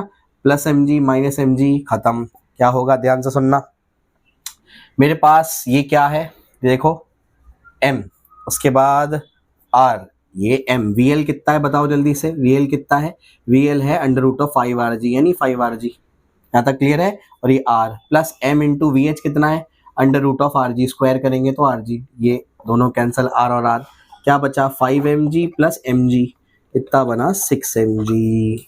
तो TL minus TH is equals to 6mg। बात समझे, आपकी बुक में सिर्फ स्पेशल केसेस ही हैं कि लोएस्ट पे मिनिमम वेलोसिटी क्या देंगे, तो आप ये रट सकते हैं कि TL माइनस TH 6mg के बराबर आता है। बात समझ आई। अब आगे की बात करते हैं।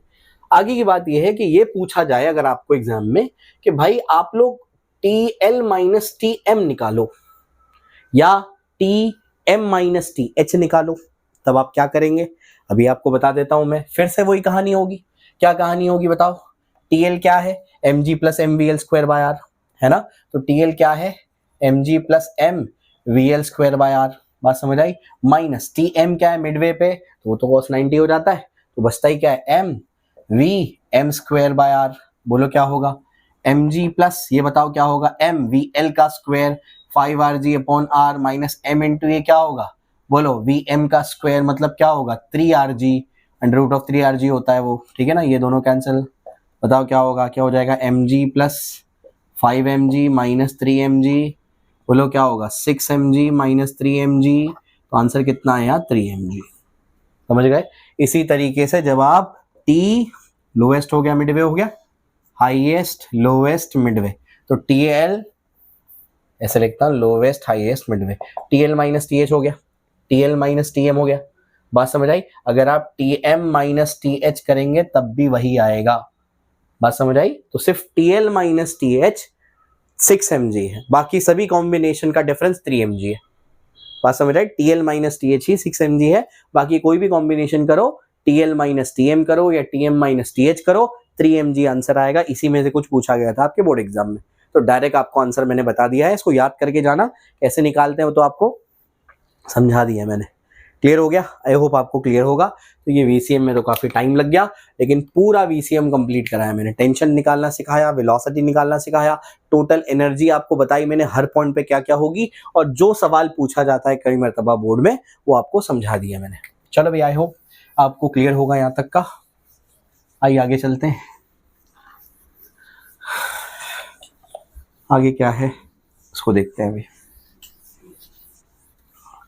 टेंशन हो गया, अब क्या नेक्स्ट पार्ट। टेंशन के बाद हम लोगों को सॉरी VCM के बाद क्या करना है, VCM के बाद हमारा नेक्स्ट डेरिवेशन है हाँ vehicle on a convex bridge, और फिर ये तो यहाँ पर सर्कुलर वाला पार्ट एंड हो जाता है, फिर काइनेटिक एनर्जी टॉर्क बाकी चीज़ें पढ़ेंगे, ठीक है। आइए इसको देखते हैं।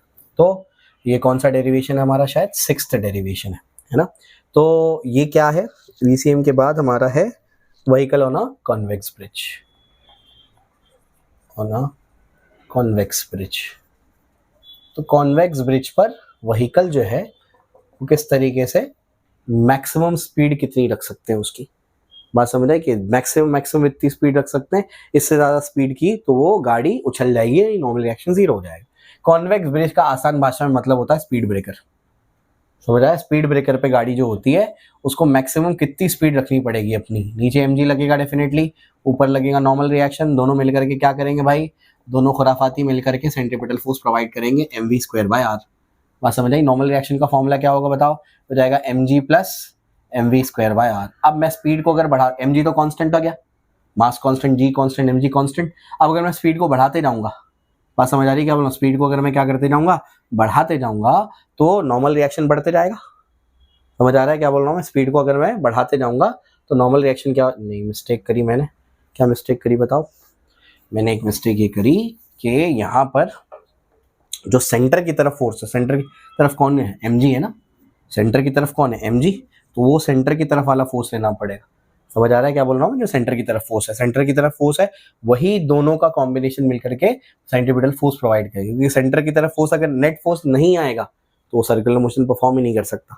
तो सेंटर की तरफ क्या है, mg, फिर क्या है नॉर्मल रिएक्शन, और फिर क्या हो जाएगा mv स्क्वायर बाय r। अब मैं नॉर्मल रिएक्शन को उधर भेज देता हूँ, तो क्या हो जाएगा mg minus mv square by r is equal to normal reaction. अब कहानी बदल जाएगी, mg कांस्टेंट है, अगर मैं स्पीड को बढ़ाते जाता हूँ, जैसे mg का वैल्यू मान लो 10 है, स्पीड का वैल्यू जो भी होगा, मान लो अभी स्पीड 2 है, उससे कैलकुलेट करके ये आया वैल्यू 4, तो नॉर्मल रिएक्शन कितना मिलेगा, 6 मिलेगा। अब मैं स्पीड को 2 से 5 कर लेता हूँ, गिनती कर लेता हूँ 5, तो स्पीड को जैसे मैंने 5 किया तो अब ये तो 10 ही रहा, लेकिन स्पीड को 5 करने पर, पहले 2 थी, 2 से 5 कर दिया स्पीड को 5 करने पर ये वाला वैल्यू बढ़ जाएगा। अब ये वाला वैल्यू मान लो बढ़ करके 7 हो गया, अब नॉर्मल रिएक्शन कितना आया, 3। यानी स्पीड बढ़ाने पर नॉर्मल रिएक्शन कम होते जा रहा है। तो अपने को क्या करना है, अपने को स्पीड बढ़ाते बढ़ाते बढ़ाते बढ़ाते इतनी स्पीड बढ़ानी है कि वो स्पीड आ जाए जिस पे नॉर्मल रिएक्शन 0 हो जाए। समझ आया, वो मैक्सिमम स्पीड अपने को निकालनी है। तो मैं क्या करूंगा, देयरफॉर मैं क्या करूंगा, for v is equals to v maximum at which normal reaction is equals to 0, we put normal reaction equals to 0। Normal reaction को 0 पुट करेंगे तो पता लग जाएगी वो स्पीड कितनी है। तो देयरफॉर क्या हो जाएगा, mg minus mv square by r is equals to 0। Therefore क्या हो जाएगा, mg is equals to mv square by r, ये नेगेटिव उधर जाके पॉजिटिव हो गया, दोनों कैंसिल हो गया, तो v is equals to under root of rg। इतनी मैक्सिमम स्पीड आपको रखनी पड़ेगी। समझ आ रहा है क्या बोल रहा हूं मैं, क्या करने के लिए, बिल्कुल ब्रिज से यानी स्पीड ब्रेकर से उछल जाने के लिए। नॉर्मल रिएक्शन 0 मतलब कॉन्टैक्ट गया, कॉन्टैक्ट छूट गया, मतलब बिल्कुल उछल जाएंगे। बात समझ आई। तो मैक्सिमम इससे कम स्पीड रखनी है, इतनी स्पीड तक पहुंच गए तो आप उछल जाएंगे। बात समझ आई, इससे ज्यादा के तो ऑब्वियसली उछल जाएंगे, कम, इससे कम स्पीड रखनी है आपको। बात समझ आई, ठीक है ना। तो इसका यही मतलब है, देखो जिसका रेडियस जितना कम होगा जिस स्पीड ब्रेकर का, और उसकी मैक्सिमम स्पीड उतनी कम होगी। मतलब उस पर अगर आप नहीं उछलना चाहते तो बहुत कम स्पीड पे जाना पड़ेगा। आपने देखा होगा स्कूल्स और हॉस्पिटल्स के बाहर छोटे छोटे लाल पीले स्पीड ब्रेकर लगाए जाते हैं, कितना छोटा रेडियस होता है उसका, जिसका रेडियस कम उसकी मैक्सिमम स्पीड उतनी कम, मतलब उतना स्लो जाना पड़ेगा आपको क्या करने के लिए, नहीं उछलने के लिए। थोड़ी भी स्पीड होती है वो उछल देता है आपको। बात समझ आई, ऐसा है। चलो भाई, तो यह हो गया। तो यहाँ पर तो आपका सर्कुलर वाला पार्ट कंप्लीट होता है। अब रोटेशन वाले पार्ट पे चलते हैं। रोटेशन वाला पार्ट क्या कहता है, आइए इसको देखते हैं। ये कौन कौन से डेरिवेशंस है वो देखना है और फिर आगे चलना है। आइए इसको समझते हैं। तो हमारे 6 डेरिवेशंस हो गए। अब 7th डेरिवेशन पे चलेंगे। 25 डेरिवेशंस करने हैं हम लोगों को इंशाल्लाह। आइए, काइनेटिक एनर्जी है, फिर movement of inertia of a disc है, पैरेलल और परपेंडिकुलर वाले जो पार्ट है उसको हम लोग फिर आगे देखेंगे इसी के आगे। आइए समझते हैं, बहुत इंपॉर्टेंट डेरिवेशन है वो भी, ठीक है। आइए 7th डेरिवेशन पे चलते हैं। 7th डेरिवेशन हमारा क्या है, kinetic energy of a rotating body. एक रोटेटिंग बॉडी की काइनेटिक एनर्जी हम लोग को निकालनी है, बहुत ईजी है ये। Kinetic energy of a rotating body, एक रोटेटिंग बॉडी की काइनेटिक एनर्जी क्या होगी, आइए इसको समझने की कोशिश करते हैं, ठीक है ना। अब kinetic energy of a rotating body, देखिए अगर हमारे पास कोई आर्बिट्रेरली शेप्ड बॉडी है, ये अगर इस पॉइंट पे हिंज्ड है, मान लो यहाँ पर फिक्स कर दिया गया, इसको m1 मास का पार्टिकल है जो r1 डिस्टेंस पे, बॉडी ओमेगा से घूम रही है, v1 स्पीड से जा रहा है। कोई m2 मास का पार्टिकल है जो r2 डिस्टेंस पे, वो v2 स्पीड से जा रहा है। कोई m3 मास का पार्टिकल है जो r3 डिस्टेंस पर, वो v3 स्पीड से जा रहा है। और कोई rn डिस्टेंस का पार्टिकल है जिसका मास mn है और v1 स्पीड से जा रहा है।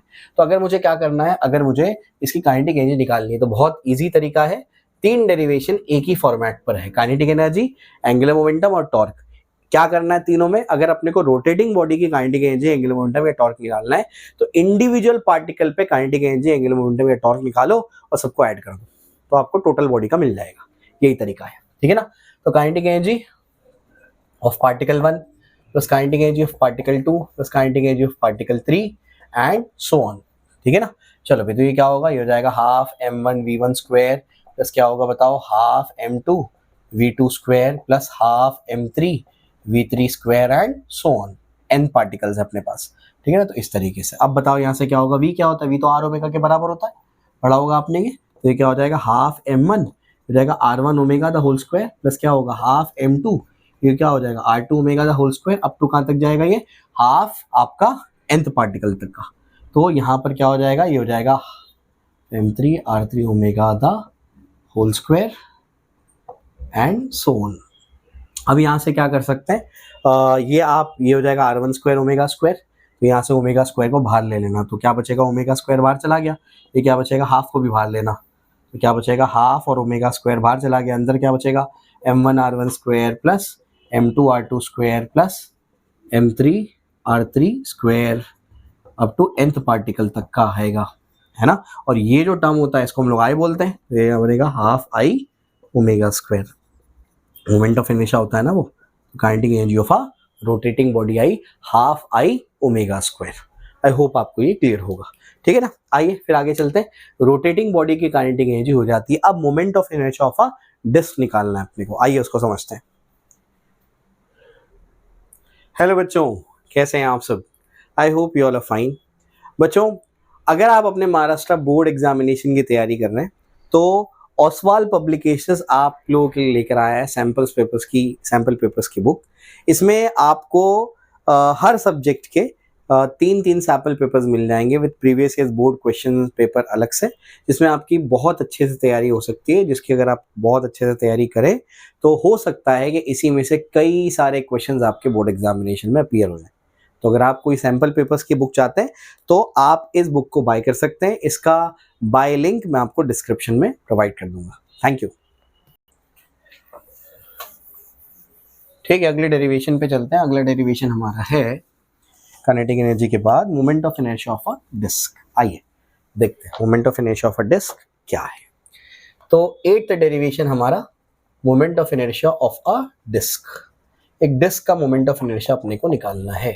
Moment of inertia of a ring आपको पता होना चाहिए, उसके नेचुरल एक्सिस के अबाउट वो होता है mr स्क्वायर, ये ध्यान रखना, ठीक है। रिंग का क्या होता है mr स्क्वायर। क्योंकि डिस्क के कई सारी रिंग से बनी हुई है तो हम लोग क्या करते हैं, सबसे पहले एक डिस्क कंसिडर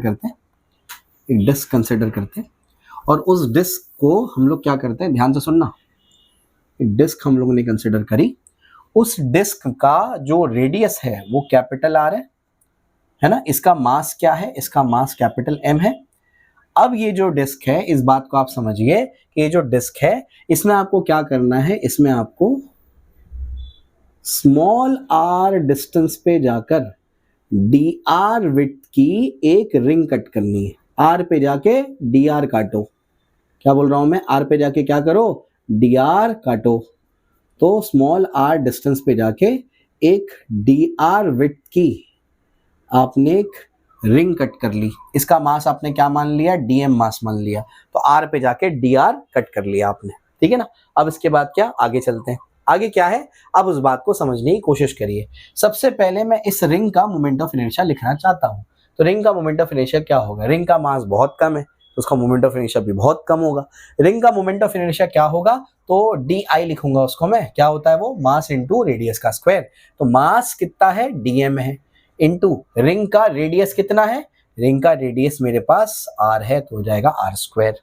बात समझ आई, ठीक है ना। तो ऐसे तो एक रिंग का मैंने क्या लिखा, मोमेंट ऑफ इनर्शिया लिख दिया। ऐसे मुझे कितनी रिंग्स का लिखना है, इनफाइनाइट रिंग्स का लिखना है, आर इक्वल्स टू 0 से R equals to capital R तक का। चलो भाई, तो यहां तक अभी हम लोग तो आ गए। अब देयरफॉर मुझे यहाँ पर क्या करना है, मुझे इसका मोमेंट ऑफ इनर्शिया निकालना है। तो देयरफॉर जब मैं लिखूंगा पूरा मोमेंट ऑफ इनर्शिया 0 से आई तक का डी आई, और पूरा moment of inertia dm into R square, कहां से कहां तक, 0 से कैपिटल आर तक, है ना। अब यहां पर ट्विस्ट है, इस बात को समझिए, ये आर स्क्वायर है, इसका ऑपरेटर मास के टर्म्स में, तो इसको तो डायरेक्ट इंटीग्रेट नहीं कर पाएंगे आप, तो या तो आप आर को डीएम में ले आओ या तो डीएम को आर के टर्म्स में ले आओ। अब क्या करते हैं हम लोग, मैं आपको समझाता हूं, ध्यान से सुनना। इस डिस्क का जो एरिया है वो क्या है, वो है pi are square, circular shape का है ना डिस्क, तो उसका एरिया क्या है, पाई आर स्क्वायर। तो वी नो दैट, हमको क्या पता है, हम लोग अभी यूनिटरी मेथड यूज करेंगे। हम लोग को पता है कि pi into capital R square का मास कितना है, वो है कैपिटल एम, इतना मास है, पूरा मास कितना है उसका, कैपिटल एम है, लिखा है मैंने। तो यूनिट एरिया का मास कितना होगा, M upon pi are square. यहां तक भी आपको क्लियर होगा। अब ध्यान से सुनना, तो इस पट्टी का मास कितना है, इस पट्टी का मास तो डीएम है, इस पट्टी का मास क्या है, डीएम है, इसका एरिया क्या है, आइए मैं निकालता हूं, बताता हूं आपको। ये पट्टी बाहर निकालो, इस पट्टी को तोड़ो, तोड़ करके पट्टी को सीधा कर लो। जैसे ही तोड़ करके पट्टी को सीधा कर लेंगे तो इसका जो विड्थ बनेगा, ये डीआर है, यही इसका विड्थ है, तो ये डीआर इसकी विड्थ बनेगी। इसकी लेंथ कितनी है, इसकी लेंथ कितनी थी, 2 पाई आर, तो इसकी लेंथ बनेगी 2 पाई आर। बात समझ रही? तो ये तो बन गया रेक्टेंगल। रेक्टेंगल का एरिया क्या होता है, लेंथ इनटू ब्रेड्थ, तो इसका एरिया बनेगा 2 पाई आर डी आर। यहां तक क्लियर है? तो मेरे पास आया पाई आर स्क्वायर में एम मास है, तो यूनिट एरिया में इतना मास है, तो मैं जानना चाहता हूं कि 2 पाई आर डी आर में कितना मास है। तो 2 पाई आर डी आर एरिया में कितना मास है, तो दोनों साइड क्या कर देंगे, उससे मल्टीप्लाई कर देंगे। 2 पाई आर डी आर, 2 पाई आर डी आर, तो दोनों साइड मल्टीप्लाई कर दिया, पाई और पाई कैंसिल हो गया। बात समझ आई? ठीक है ना? तो ये मेरे पास आया है, क्या बचा, 2 पाई आर डी आर का मास बेसिकली क्या है, वो तो डीएम है। तो देयरफॉर बच्चों डीएम जो आएगा वो क्या आएगा, वो आएगा 2m R D R upon capital R square. ये मेरे पास डीएम आया है, 2m R D R divide by capital R square, ये मेरे पास डीएम आया। आई होप आपको यहाँ तक का क्लियर होगा। मैं डायग्राम को मिटा देता हूँ अभी, इसका कोई काम नहीं है मुझे। अब मैं क्या करूंगा, बस इसको इंटीग्रेट करूंगा और आंसर निकालूंगा।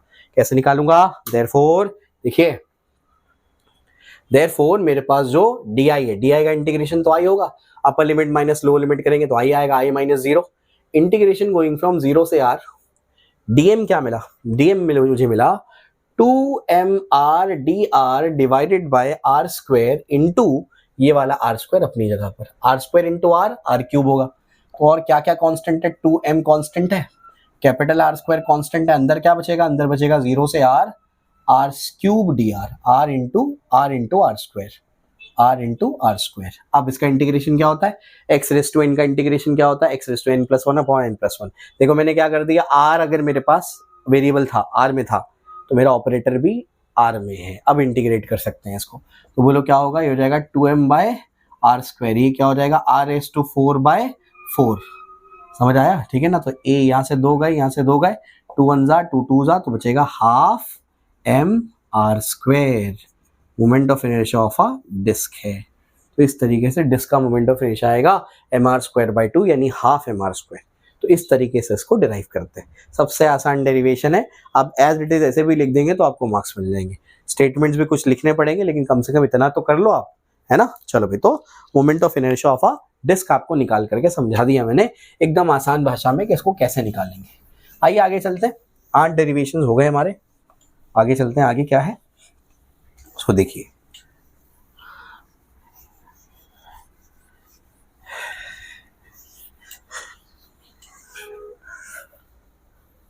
समझने की कोशिश करिए। अगला डेरिवेशन क्या है हमारा, अगला डेरिवेशन हमारा है पैरेलल एक्सिस थ्योरम, फिर परपेंडिकुलर एक्सिस थ्योरम, फिर एंगुलर मोमेंटम, फिर टॉर्क, फिर आपका कंजर्वेशन ऑफ एंगुलर मोमेंटम, फिर रोलिंग मोशन। ठीक है ना? ये कंप्लीट हो जाएगा। आइए इसको समझते हैं। तो ये डेरिवेशन नंबर हमारा है 9th derivation, parallel axis theorem. Parallel axis theorem क्या कहता है कि अगर आपके पास कोई भी आर्बिट्रेरी शेप की बॉडी है, उसका आपको किसी भी पॉइंट के बाद मोमेंट ऑफ इनर्शिया निकालना है, तो सबसे पहला काम क्या करो, जो उस बॉडी का सेंटर ऑफ मास है उससे एक एक्सिस पास करवाओ जो गिवन एक्सिस के पैरेलल हो और सेंटर ऑफ मास से पास हो रहा हो। बात समझ आई? तो अगर आपको आपने वो बना दिया, उसके बाद क्या, अगर आपको ओ पॉइंट के अबाउट मोमेंट ऑफ इनर्शिया निकालना है, जैसे कोई पॉइंट यहाँ पर ओ है ना, ये पॉइंट यहाँ पर ओ है, इसके अबाउट अगर आपको मोमेंट ऑफ इनर्शिया निकालना है, ठीक है ना, और ये आपका सेंटर ऑफ मास है, ठीक है, तो एक ऐसा एक्सिस बनाओ जो सेंटर ऑफ मास से पास हो रहा हो, इसके बाद मोमेंट ऑफ इनर्शिया आई ओ, इसके बाद आई सी, तो इन दोनों के बीच एक्सिस के बीच में डिस्टेंस h है। यहाँ पर एक डीएम मास आपने कंसिडर कर लिया, छोटा सा मास, दोनों को मिला दिया। बात समझ आई? उसके बाद क्या करते हैं आप, उसके बाद आप इसको ऐसे आगे एक्सटेंड कर लेते हैं। तो ये थ्योरम ये कहता है कि जो आपका आई ओ है वो होगा I C plus M into H square. अगर आपको ओ के अबाउट मोमेंट ऑफ इनर्शिया निकालना है तो आपको क्या करना पड़ेगा, आपको बेसिकली सेंटर ऑफ मास के अबाउट मोमेंट ऑफ इनर्शिया निकालना है, प्लस एम इंटू एम यानी बॉडी का मास और इंटू दोनों एक्सिस के बीच के डिस्टेंस का स्क्वायर। इन दोनों को जैसे ही ऐड करेंगे तो ओ के अबाउट मोमेंट ऑफ इनर्शिया मिल जाएगा। अब इसको प्रूफ करना पड़ेगा, कैसे प्रूफ करेंगे आइए उसको समझते हैं। ये पॉइंट ओ हो गया, सी हो गया, इसको ए बोल दो, इसको बी बोल दो। बात समझ आई? ठीक है ना? तो आइए इसको समझने की कोशिश करते हैं। सबसे पहले क्या करना, यहाँ पर को आपको 2 ट्राइंगल दिखने चाहिए, एक छोटा राइट एंगल ट्राइंगल और एक बड़ा राइट एंगल ट्राइंगल। बात समझ आए? छोटा राइट एंगल ट्राइंगल क्या है? ABC, और बड़ा राइट एंगल ट्राइंगल क्या है? बड़ा है ABO। समझ आ रही बात? तो पहले छोटे वाले राइट एंगल ट्राइंगल में पाइथागोरस थ्योरम लगा दो, फिर बड़े वाले ट्राइंगल में पाइथागोरस थ्योरम लगा दो, उसके बाद उसको सॉल्व कर दो। छोटे वाले ट्राइंगल में इन ट्राइंगल ABC, उसमें पाइथागोरस थ्योरम लगाएंगे तो क्या होगा बताओ? हो जाएगा AC square is equals to AB square plus BC square. इसको 1 दे दो। उसके बाद बड़े वाले ट्राइंगल में पाइथागोरस थ्योरम लगाओ। इन ट्राइंगल, कौन सा ट्राइंगल है वो? In triangle AOB। Triangle AOB में क्या होगा? वो AO square is equals to क्या होगा? हो जाएगा AB स्क्वायर प्लस क्या हो जाएगा? OB square. बात समझ आई? इस तरीके से यहां तक समझ में आता है। अब क्या, ये जो OB है, OB किससे बना है? OC प्लस CB से बना हुआ है। तो देयरफॉर बच्चों जो AO स्क्वायर है उसको मैं लिखता हूं AB square plus OB square की जगह क्या आएगा? हो जाएगा OC plus OB the whole square. ये ऐसा आएगा, OC plus OB the, OC plus CB the whole square, OC plus CB the whole square, OC plus CB the whole square. अब ये A plus B the whole square यहां बनेगा, तो therefore क्या बनेगा? AO square is equal to क्या होगा? AB square plus ये क्या होगा? OC square plus 2OC into CB plus क्या हो जाएगा? CB का स्क्वायर। अब मैं क्या करता हूं, पूरी इक्वेशन को इंटीग्रेट DM से मल्टीप्लाई करता हूं और इंटीग्रेट कर देता हूं। तो क्या होगा? Integration of AO square DM is equal to integration of AB square DM plus integration of OC square DM plus integration of क्या होगा? 2OC into CB DM plus integration of क्या होगा? CB square DM। ठीक है ना? ये जो AO square है, AO स्क्वायर DM, तो ये इसके अबाउट जो मोमेंट ऑफ इनर्शिया होगा वो क्या होगा? IO, क्योंकि मोमेंट ऑफ इनर्शिया का फॉर्मूला क्या होता है? DM into R square. तो इस एक्सेस से जो उसका डिस्टेंस बन रहा है वो क्या बन रहा है? AO बन रहा है। तो यही बेसिकली क्या है? IO है। AB square DM, AB square DM मेरे पास ये है। अच्छा, इसमें एक और चीज है, मैं उसको बताना रह गया शायद, ये एक स्टेप रह गया इसमें। एक स्टेप क्या होगा? एक स्टेप ये होगा कि जो हमारे पास AB square plus BC square है, ये तो AC स्क्वायर है, तो AB स्क्वायर प्लस CB यानी BC स्क्वायर, इस दोनों को मिला के क्या लिखा जा सकता है? AC square. तो AO square is equal to हो जाएगा AC square plus OC square plus 2OC into CB। ये स्टेप रह गया। अब पूरी इक्वेशन को आप क्या करो, उसको DM से मल्टीप्लाई करो और इंटीग्रेट कर दो।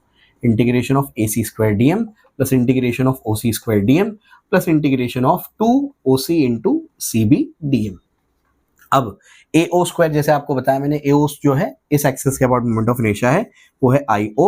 AC स्क्वायर DM, AC ये बेसिकली सेंटर ऑफ मास से डिस्टेंस है, तो ये क्या हो जाएगा? उसके about moment of inertia IC हो जाएगा।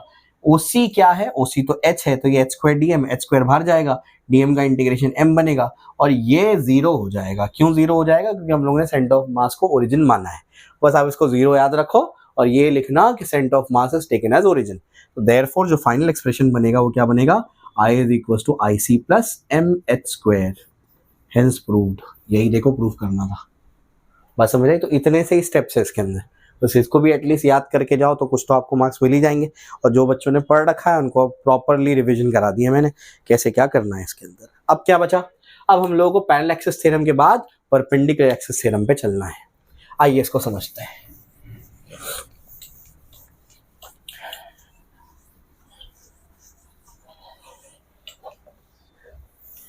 परपेंडिकुलर एक्सिस थ्योरम क्या है? परपेंडिकुलर एक्सिस थ्योरम तो ये तो पैरेलल एक्सिस थ्योरम से और इजी है, एकदम इजी होता है डेरिवेशन। 10th डेरिवेशन हमारा perpendicular axis theorem. Perpendicular axis theorem जो है हमारा वो बेसिकली क्या कहता है? परपेंडिकुलर एक्सिस थ्योरम ये कहता है,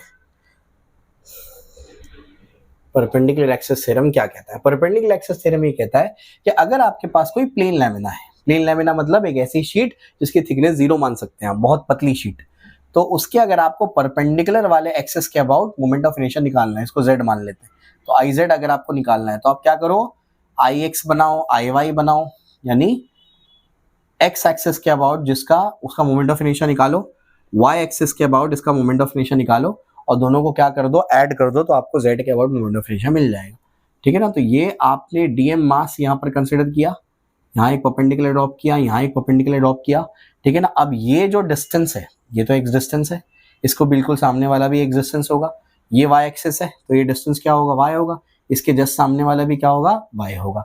आई होप आपको क्लियर होगा। अब जो है इसके बाद बच्चों अगर आपको क्या करना है, IZ लिखना है। ये वाला डिस्टेंस z एक्सिस से क्या है, r है। तो आई जेड आपको लिखना है, आई जेड यानी क्या, फॉर्मूला क्या होता है, integration of R square D M. तो जेड से डिस्टेंस ही कितना है, आर, तो लिखूंगा मैं आर स्क्वायर डी एम। ये समझ आता है, इसको 1 दे दो, ठीक है। या फिर मैं डायरेक्ट इसको ऐसे लिख दूं कि यहाँ पर अगर आप गौर से देखेंगे तो ये आपका बेसिकली 90 डिग्री है, ये ऐसे बनाया है, ये ऐसे आर है, ये ऐसे है, बात समझ आई। तो इस तरीके से है, ये 90 डिग्री। तो अगर आप गौर से देखेंगे तो यहाँ पर आपका क्या है, यहाँ पर पाइथागोरस थ्योरम लगेगा। हाइपोटेनस कौन है, आर है, ये x है और ये क्या है आपका y है। तो बताओ क्या होगा, हो जाएगा R square is equal to X square plus Y square. कैसे लिखा, by Pythagoras theorem, Pythagoras theorem लगा करके लिखा हम लोगों ने। अब मैं क्या करता हूँ, पूरी इक्वेशन को dm से मल्टीप्लाई करके इंटीग्रेट कर देता हूँ, dm से मल्टीप्लाई करके इंटीग्रेट कर देते हैं। Integration of R square dm, ये आपका क्या होगा, आई जेड होगा। Integration of X square dm, ये समझना अभी कौन से एक्सिस से पार्टिकल का डिस्टेंस x है। तो ये y एक्सिस है, y एक्सिस से इस पार्टिकल का डिस्टेंस कितना है, x है। तो ये जो बेसिकली क्या बनेगा, ये बनेगा आई वाई, और x एक्सिस से पार्टिकल का डिस्टेंस कितना है, y, तो ये क्या बनेगा आपका आई एक्स। तो therefore I Z is equals to I X plus I Y. बात समझ आई। तो ये इसका प्रूफ है, 2 लाइनों का प्रूफ है परपेंडिकुलर एक्सिस थ्योरम का। या तो स्टेटमेंट पूछते हैं या तो प्रूफ पूछ लेते हैं। ये आता ही है पेपर के अंदर, आपको बहुत अच्छे से करके ही जाना है, एनी हाउ करके जाना है इन डेरिवेशंस को, ठीक है। तो परपेंडिकुलर एक्सिस थ्योरम हो गया हमारा, 10 डेरिवेशन अब तक हम लोगों ने कर लिए। अब जो है हम लोगों को बाकी डेरिवेशंस देखने हैं, जैसे टॉर्क का देखना है, एंगुलर मोमेंटम का देखना है, फिर कंजर्वेशन ऑफ एंगुलर मोमेंटम का देखना है। आइए इसको समझने की कोशिश करते हैं कैसे क्या निकालेंगे। 11वां डेरिवेशन हमारा है angular momentum of a rotating body. 11वां 12वां डेरिवेशन एक साथ करा देता हूं मैं, सिमिलर पैटर्न पे है। आइए इसको समझते हैं। तो सबसे पहला है हमारा angular momentum of a rotating body. एक रोटेटिंग बॉडी का एंगुलर मोमेंटम आपको लिखना है। फिर आपको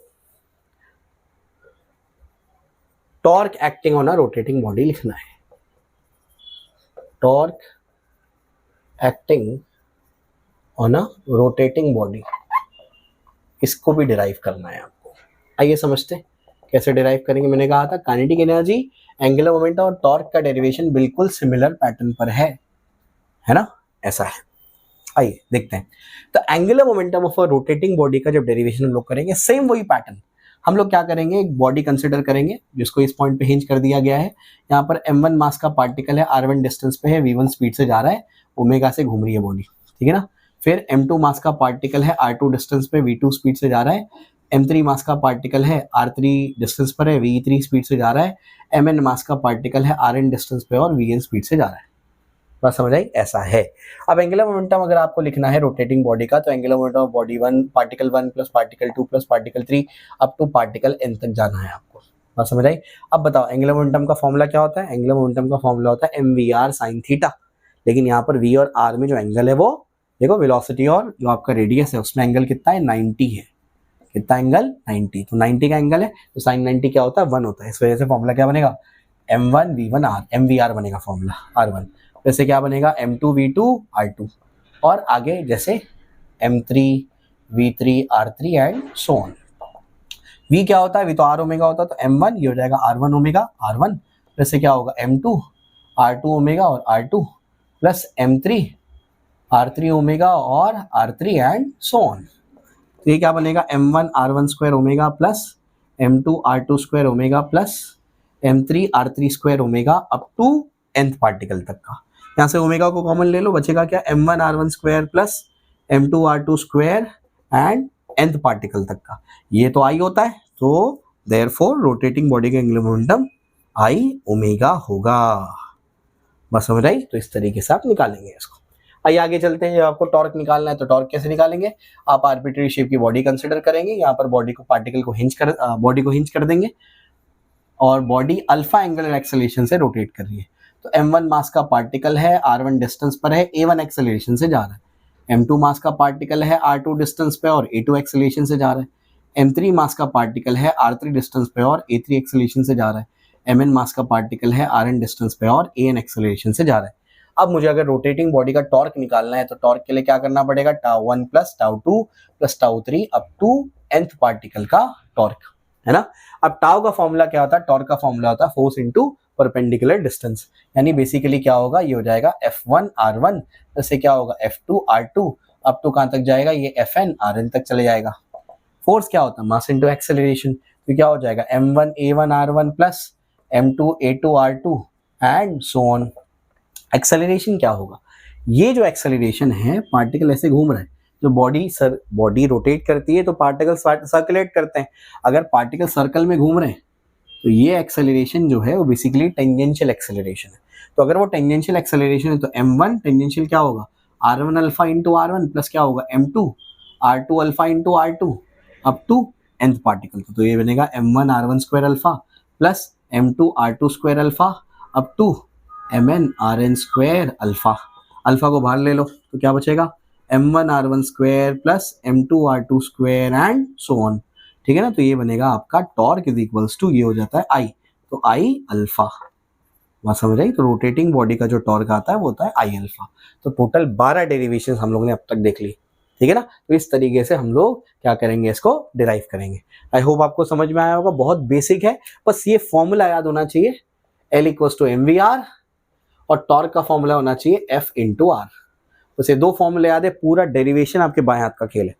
यहाँ पर V क्या लिखेंगे, R ओमेगा, वहाँ A क्या लिखेंगे, R अल्फा। बात समझ रहे, एकदम बेसिक। आई होप आपको यहाँ तक तो क्लियर होगा। अब इसके बाद की कहानी क्या है, वो है law of conservation of angular momentum.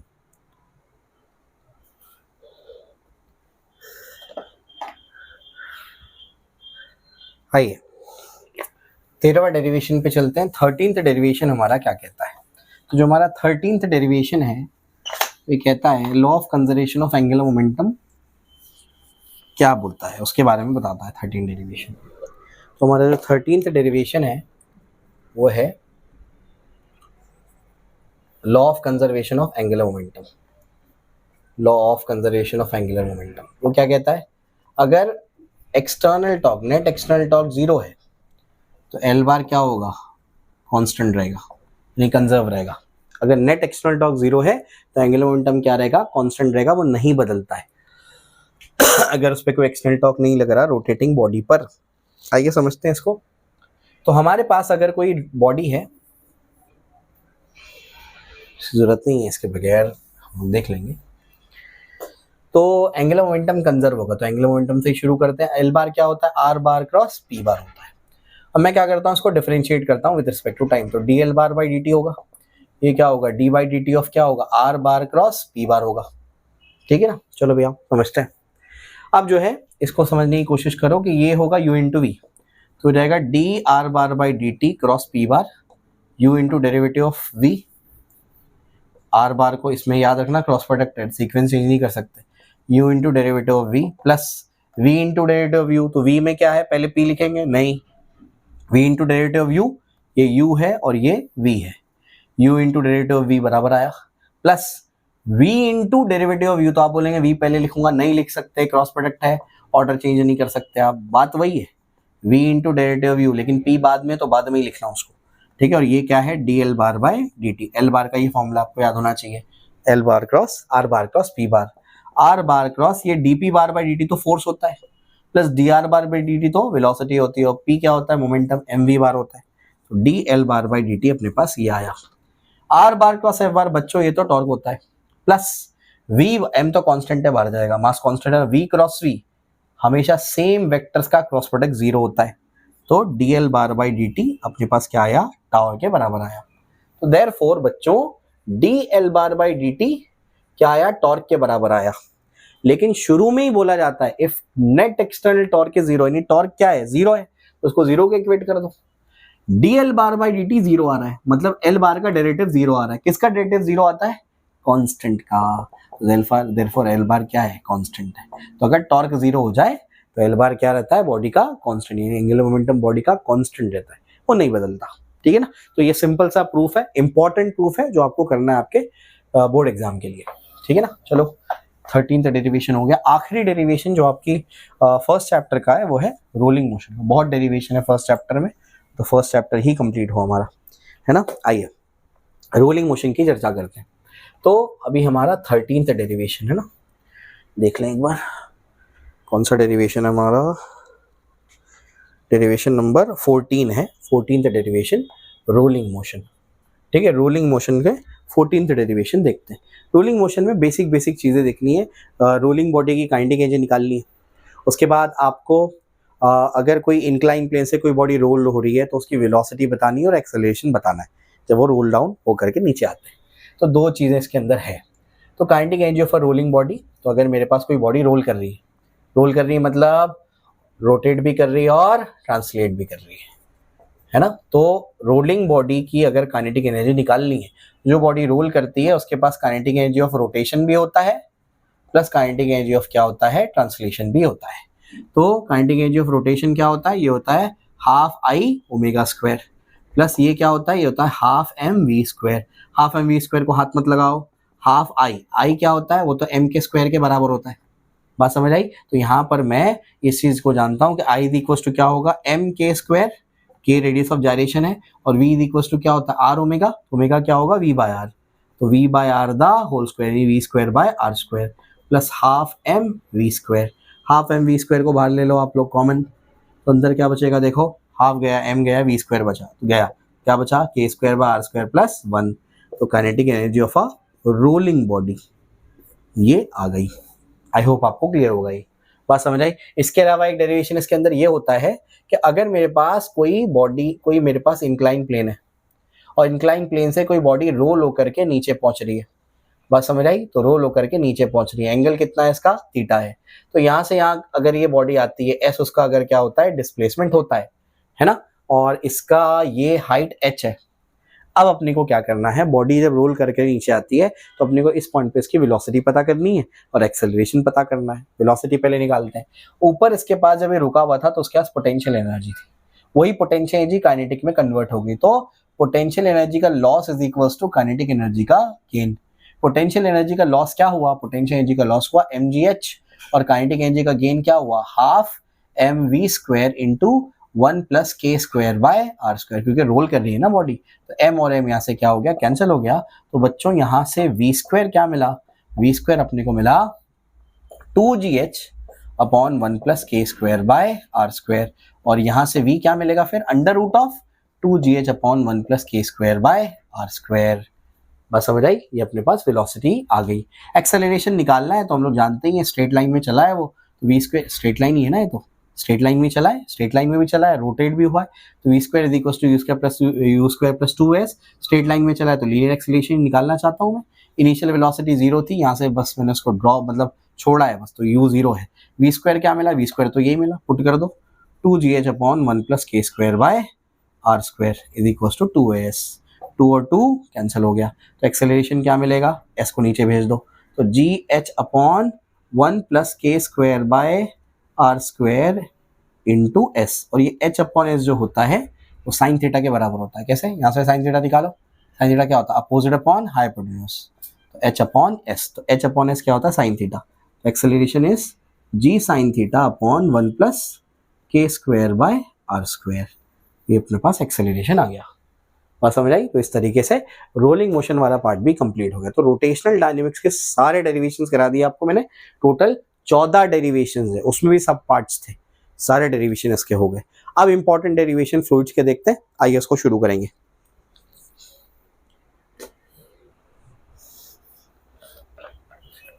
अब 15वां डेरिवेशन फ्लूइड से, आइए इसको समझते हैं कैसे क्या करना है इसके अंदर।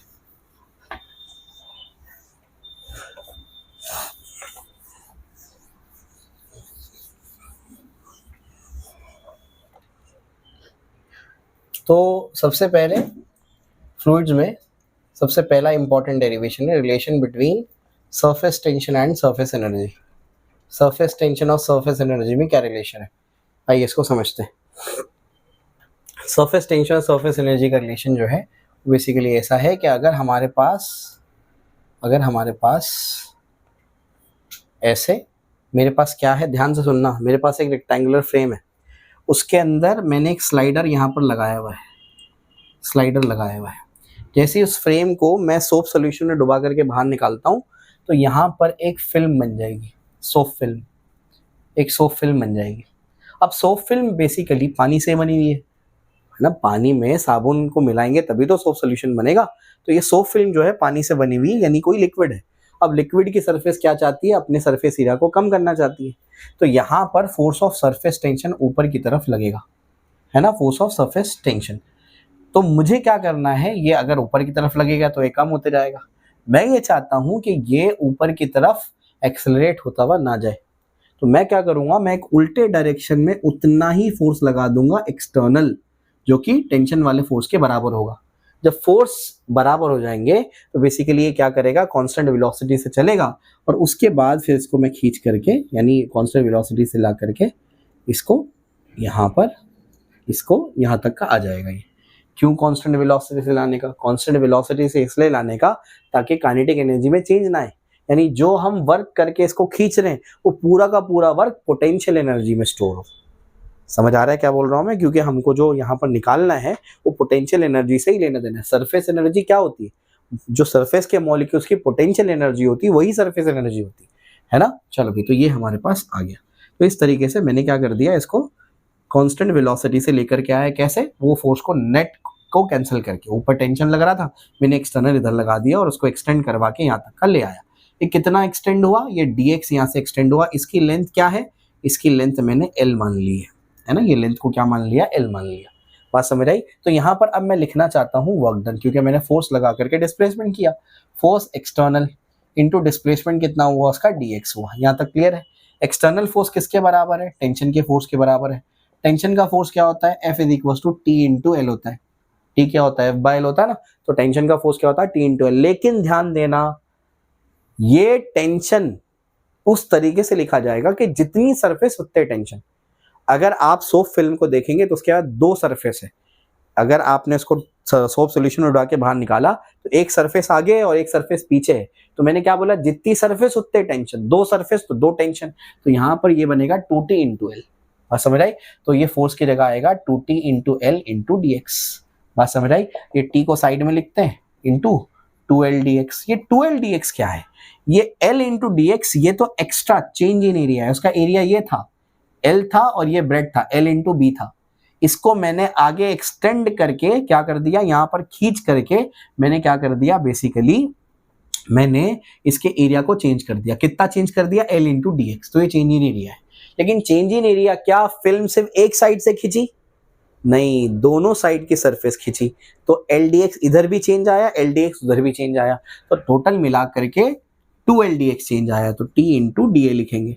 और ये जो आपने वर्क किया है, ये वर्क सिर्फ और सिर्फ पोटेंशियल एनर्जी के फॉर्म में स्टोर होगा, क्योंकि आपने नेट फोर्स को जीरो करके काइनेटिक एनर्जी का चेंज जीरो कर दिया। बात समझ आई। तो ये हो जाएगा dE, therefore t is equal to होगा dE अपॉन dA। ये आपका टेंशन आ गया।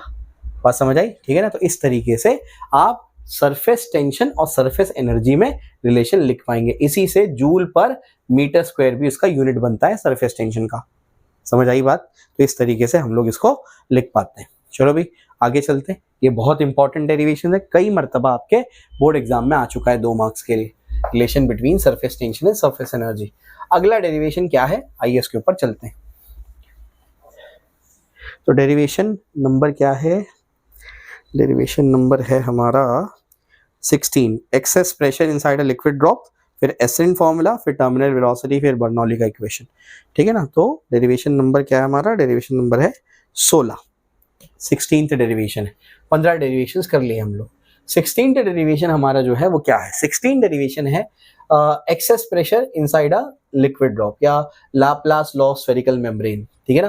तो एक्सेस प्रेशर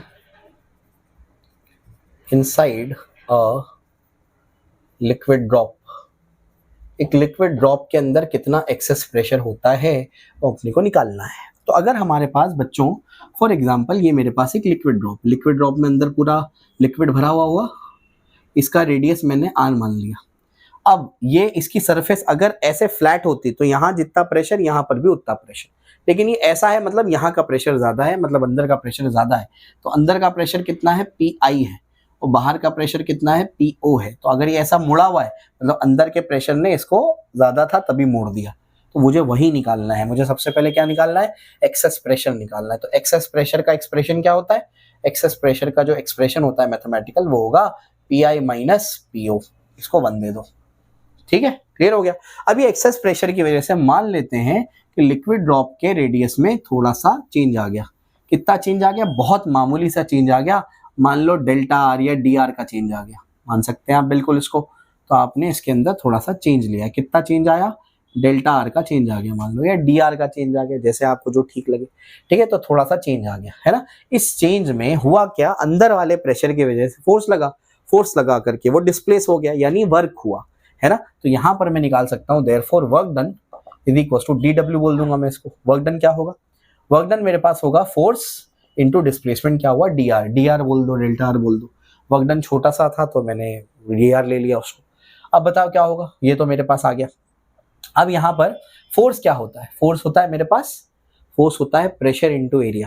फोर्स क्या होता है, प्रेशर इंटू एरिया। लेकिन ये कौन सा फोर्स है, ये डीएफ फोर्स है, एक्सेस फोर्स है। तो एक्सेस है ना, एक्स्ट्रा फोर्स लगा जो, उसी ने तो उसको क्या कर दिया, इनसाइड की तरफ एक्स्ट्रा फोर्स था, उसी ने तो उसको क्या कर दिया, एक्सपांड कर दिया। तो ये एक्सेस फोर्स है। तो प्रेशर भी कौन सा लिखूंगा मैं, एक्सेस। क्यों, क्योंकि फोर्स होता है pressure upon area, sorry pressure होता है फोर्स अपॉन एरिया। तो फोर्स क्या होगा, प्रेशर इंटू एरिया। तो एक्सेस फोर्स क्या होगा, P minus PO into area का है, कौन से एरिया पे लगा, 4 पाई आर स्क्वायर, ओल्ड वाले एरिया पे लगा।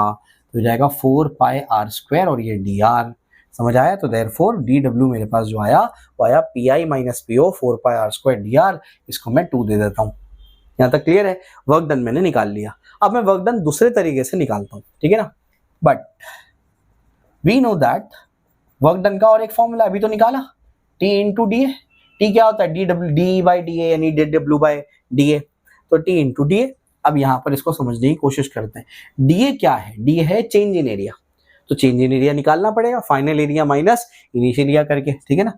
तो देयरफॉर डेल्टा डी ए अपने को निकालना है। डी ए क्या होगा, हो जाएगा A final minus A initial. A final कितना हुआ, फाइनल हो गया 4 pi R plus D R the whole square plus या माइनस ए इनिशियल क्या था, 4 pi are square.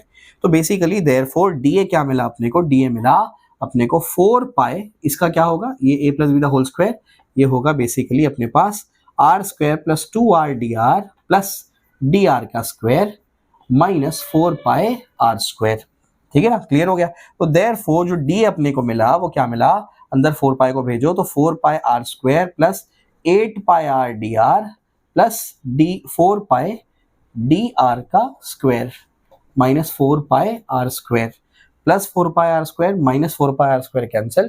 D R अपने आप में ही छोटा है, छोटे नंबर का स्क्वायर और छोटा होगा तो ये भी हट गया। तो देयरफॉर जो डी ए मिला वो क्या मिला, 8 पाई आर डी आर, ये आ गया डी ए, है ना। इस डी ए को हम लोग क्या करते हैं, इसको 3 दे दो, इसको 4 दे दो, 4 को 3 में सब्स्टिट्यूट कर दो। तो देयरफॉर बच्चों जो डी डब्ल्यू मिलेगा वो क्या मिलेगा, T into 8 pi R D r, इसको 5 दे दो, है ना। अब अगर आप इसको देखेंगे, सेकंड को देखेंगे तो यहाँ से भी डी डब्ल्यू मिला, और अब फिफ्थ को देखेंगे तो यहाँ से भी डी डब्ल्यू मिला। तो हम लोग क्या करेंगे, सेकंड और फिफ्थ इक्वेशन को इक्वेट कर देंगे, फिर दोनों वर्क डन के बराबर है। देयरफॉर क्या होगा, P I minus PO into 4 pi are square d r is equals to, ये क्या है, T into 8 pi R D r, है ना। डी आर और डी आर कैंसल, पाई और पाई कैंसल, एक आर कैंसल, 4 1 जा 4 2 जा। तो देयरफॉर जो पी आई माइनस पीओ आया वो आया 2t बाय आर। बात समझ आई, फॉर अ लिक्विड ड्रॉप। अगर ये बबल होता तो बबल में 2 उसकी लेयर्स जो है वो एयर के कांटेक्ट में होती है, इनसाइड वाली और एक आउटसाइड वाली, है ना। तो बबल के लिए therefore P I minus PO बनता फिर 2 टाइम्स, और टेंशन डबल और इसका दुगना होता तो बनता 40 बाय आर बबल के लिए, फॉर अ बबल, ठीक है ना। आई होप यहां तक आपको क्लियर होगा कि इस तरीके से हम लोग जो है इसको लिखेंगे, ठीक है ना। चलो तो ये भी हो गया, आई होप ये भी आपको क्लियर हो गया। इसके बाद क्या करना है, 16 डेरिवेशंस कर लिए हम लोग अब तक। अब 16वें डेरिवेशन के बाद 17th डेरिवेशन जो है एसेंट फॉर्मूला से रिलेटेड है, फिर टर्मिनल वेलोसिटी, फिर बर्नौली का इक्वेशन एक्सेट्रा एक्सेट्रा। आइए इसको समझते हैं। ये बहुत इंपॉर्टेंट डेरिवेशन है, अच्छे से देख लो कैसे कैसे कराया है मैंने ये, ठीक है ना। चलो भाई, अगर आपसे स्टेटमेंट याद नहीं हो रहे हैं तो कम से कम आप ये स्टेप्स तो याद करके चले जाएं। तो मैं आपको यहाँ पर बता रहा हूँ एसेंट फॉर्मूला क्या है। एसेंट फॉर्मूला ये हो है कि अगर हम लोग क्या करेंगे, कोई पतली सी कैपिलरी लेकर के हम लोग अगर उसको लिक्विड में डिप कर देंगे तो उस लिक्विड के अंदर क्या, लिक्विड जो है कैपिलरी के अंदर ऊपर चढ़ जाता है, तो उसी को कैपिलरी रिएक्शन कहते हैं, ठीक है ना। तो 17th डेरिवेशन हमारा एसेंट फॉर्मूला। तो हम लोग को हाइट यहाँ पर डिराइव करनी होती है। तो मैंने कोई कंटेनर लिया फॉर एग्जांपल, उस कंटेनर के अंदर मैंने कोई कैपिलरी डिप कर दी। उस कैपिलरी में डिप करने से ये हुए कि इस कैपिलरी के अंदर जो है लिक्विड ऊपर की तरफ चढ़ गया। बात समझ आई? ऐसा है, लिक्विड ऊपर की तरफ चढ़ गया। अब इसमें होता क्या है, ये जो लिक्विड है जो ऊपर की तरफ चढ़ा है उसमें बेसिकली ऐसे है ये लिक्विड, है ना। तो उसमें टेंशन लग रहा होगा, सरफेस के मॉलिक्यूल्स को खींच रहे होंगे, यहाँ उसको उसका रिएक्शन मिल रहा होगा, ये एंगल थीटा होगा, एंगल ऑफ कॉन्टैक्ट ये भी थीटा होगा। तो आसान हो रही है। आइए ये एसेंट फॉर्मूला पे थे हम लोग, फिर से एक बार बता दूं मैं आपको। 17वां डेरिवेशन हमारा एसेंट फॉर्मूला। एसेंट फॉर्मूला का डेरिवेशन कुछ इस तरीके से है कि हमारे पास अगर कोई कंटेनर है, उस कंटेनर में हम लोगों ने लिक्विड भर रखा है। उस भरे हुए कंटेनर के अंदर मैं एक बहुत पतला सा कैपिलरी डिप कर देता हूँ, वो आपको समझाने के लिए बड़ा बनाया है ना। तो जैसे डिप करेंगे तो इसके अंदर का जो लिक्विड है वो इसमें ऊपर चढ़ जाता है और उसका जो मिनिस्कस है वो कुछ इस तरीके से शेप ले लेता है, ठीक है ना, समझ में आ रहा है। तो बेसिकली होता क्या है कि ये डिप करने पर राइज इन लिक्विड हो गया, तो कितनी हाइट तक ये राइज होगा वो हमको निकालना है। लिक्विड की सरफेस से कितनी हाइट तक ये राइज हुआ, उसी को एसेंट फॉर्मूला कहते हैं, कितनी हाइट तक राइज हुआ। अब इसको थोड़ा सा समझना पड़ेगा कि यहाँ पर हो क्या रहा है कि ये जो आपका मिनिस्कस है, इस मिनिस्कस में हर पॉइंट पर लग रहा है टेंशन। हर पॉइंट, असल में पूरी कैपिलरी के जो आपका लिक्विड के सरफेस के मॉलिक्यूल है, कैपिलरी के हर पॉइंट से टच कर रहे हैं, यानी हर पॉइंट पे क्या लगेगा, सरफेस टेंशन लगने वाला है। तो यहाँ पर भी सरफेस टेंशन है, ऐसा है, सब जगह टेढ़ा है। तो हम क्या करते हैं, ये जो सरफेस टेंशन यहाँ लग रहा है इसका रिजल्टेंट यहाँ बनेगा, रिएक्शन पैर, ये एंगल थीटा है तो ये भी क्या बनता है, थीटा, वर्टिकली अपोजिट एंगल से। यहाँ पर भी सेम कहानी है, ये पॉइंट पार्टिकल जिसको खींचेंगे अपनी तरफ, ये थीटा है तो ये भी क्या बनेगा, थीटा। तो ये जो है इसके मैं दो कंपोनेंट कर लेता हूँ, एक टेंशन टी था, उसका एक कंपोनेंट टी कॉस थीटा बनेगा और ये टी साइन थीटा बनेगा। जैसे एक पार्टिकल पे जो सरफेस टेंशन लगा वो इधर लगा टी कॉस थीटा, इधर लगा टी साइन थीटा, ऐसे ये सरकमफेरेंस के हर पार्टिकल पे लग रहा है, ऐसा है। तो बेसिकली कुछ इस तरीके से है, यहाँ पर हर पॉइंट पे ऊपर की तरफ लग रहा है टी कॉस थीटा। बात समझ रहे, T cos theta, T cos theta, T cos theta, T cos theta, हर पॉइंट पे ऊपर की तरफ क्या लग रहा है, टी कॉस थीटा लग रहा है। बात समझ रहे, साइड साइड में क्या लग रहा है, T sine theta, T sine theta, तो साइड साइड में टी साइन थीटा लग रहा है, ऐसा है। ये सारे एक दूसरे को कैंसिल कर लेंगे, टी साइन थीटा बचेगा क्या, टी कॉस थीटा। तो ये ऊपर ये ऐसे रुका हुआ क्यों है, क्योंकि जो अपवर्ड फोर्स है टी कॉस थीटा की वजह से और जो डाउनवर्ड फोर्स है mg का, लिक्विड का mg, वो एक दूसरे को बैलेंस कर रहा है, तभी तो रुका हो सकता है। तो upward force is equals to downward force. Upward force कौन सा है, T cos theta into 2πr, पूरे सरकमफेरेंस पे लग रहा है। डाउनवर्ड फोर्स कौन सा है, mg है ना, लिक्विड का वेट। अब लिक्विड का वेट को क्या लिख सकते हैं, डेंसिटी इंटू वॉल्यूम लिख सकते हैं, है ना। m को क्या लिख सकते हैं, density into volume into g लिख सकते हैं, तो वेट को ऐसा लिख सकते हैं। अब डेंसिटी इंटू वॉल्यूम क्या होगा, वॉल्यूम होगा आपका ये सिलेंडर का वॉल्यूम, यानी पाई आर स्क्वायर इंटू एच। तो पाई आर स्क्वायर इसका पाई आर स्क्वायर इंटू ये जो हाइट है, pi are square h g, और T cos theta into 2πr। Pi और पाई कैंसिल, एक आर कैंसिल, तो क्या बचा, h is equals to 2t cos theta upon rho r g. तो ये एसेंट फॉर्मूला है आपका। इतनी हाइट तक वो क्या करेगा, लिक्विड चढ़ जाएगा, समझ आया। थीटा उसके अंदर आपका एंगल ऑफ कांटेक्ट है, टी क्या है, सरफेस टेंशन है। तो इतना आसान सा डेरिवेशन है एसेंट फॉर्मूला का। बस डायग्राम बनाओ, 2-4 स्टेप्स लिखो, बाकी कुछ स्टेटमेंट नहीं भी आ रहे हैं एटलीस्ट स्टेप तो याद करके जाओ, कुछ तो मिलेगा ना आपको फिर सारे स्टेप्स बराबर करने पर। जो बहुत अच्छा स्कोर करना चाहते हैं वो स्टेटमेंट्स भी याद कर लें अच्छे से। आइए फिर आगे चलते हैं। आगे क्या है, अब इसके बाद 17 डेरिवेशंस हो गए हमारे। 17वें डेरिवेशन के बाद 18वां डेरिवेशन जो है वो टर्मिनल वेलोसिटी का है। उसके बाद फिर बर्नौली का इक्वेशन है, ठीक है ना। आइए टर्मिनल वेलोसिटी का क्या फंडा है। तो 18th डेरिवेशन हमारा टर्मिनल वेलोसिटी। तो टर्मिनल वेलोसिटी क्या होती है। टर्मिनल वेलोसिटी सबसे पहले मैं आपको समझाऊं ये होता क्या है। टर्मिनल वेलोसिटी, अगर मैंने एक कंटेनर लिया, उस कंटेनर के अंदर मैंने लिक्विड भर दिया, विस्कस लिक्विड भर दिया, और लिक्विड की डेंसिटी मैंने रो एल मान ली। इसके अंदर मैंने एक स्फीयर डाल दिया। स्फीयर क्यों? क्योंकि ये बेसिकली स्टोक्स लॉ पर आधारित है। स्टोक्स लॉ आपको बताता है कि इस पर कितना विस्कस फोर्स लगेगा, और स्टोक्स लॉ सिर्फ स्फेरिकल ऑब्जेक्ट के लिए ही वैलिड है। बात समझ आ रही क्या बोल रहा हूँ मैं? मेरे पुराने लेक्चर में मैंने बताया भी है। रिसेंटली अब एक भाई साहब ने वन शॉट वीडियोस डालने और मेरे सारे एग्जाम्पल फ्लूइड के छाप डालने एज इट इज, इधर उधर करके। मैंने आपको क्लियरली बताया था उसके अंदर, पुराने मेरे जो वीडियोस है टर्मिनल वेलोसिटी के, कि ये जो लॉ है ये सिर्फ और सिर्फ स्फेरिकल ऑब्जेक्ट के लिए वैलिड है। तो भाई साहब ने बोल दिया कि भाई ये जो अगर बॉल होगा ना तभी वैलिड है। कहाँ से वाला पता लगा तुमको?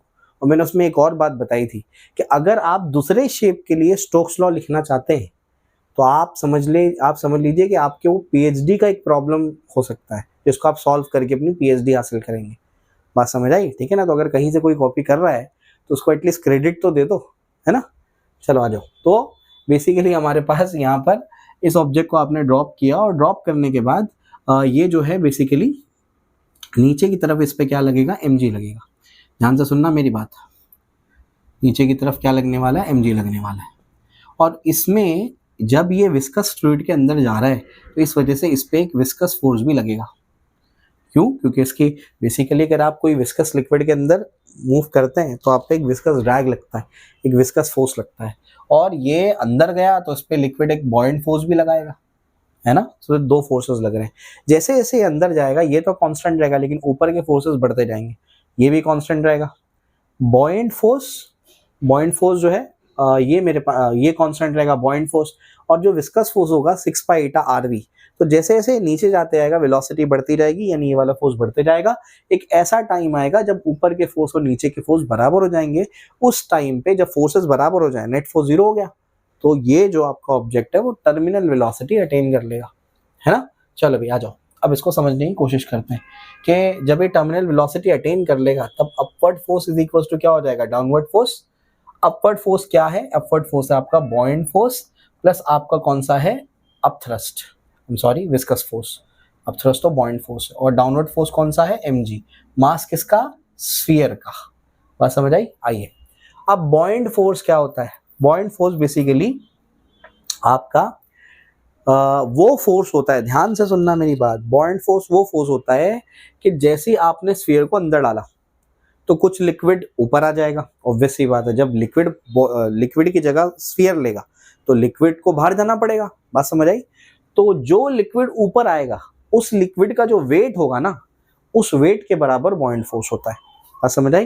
तो बेसिकली बॉयंट फोर्स किसके बराबर होता है? Mass of liquid into g plus ये तो 6 पाई ईटा आर वी के बराबर होता है, mass of solid into G. अब मास को क्या लिखा जा सकता है? Density into volume. तो density of liquid, volume of liquid G plus 6 pi eta R V is equals to density of solid, volume of solid into G. बात समझ आई? अब ध्यान से सुनना मेरी बात। सॉलिड का, ये सॉलिड मतलब ये स्फीयर है। स्फीयर का वॉल्यूम क्या होता है? 4/3 पाई आर क्यूब।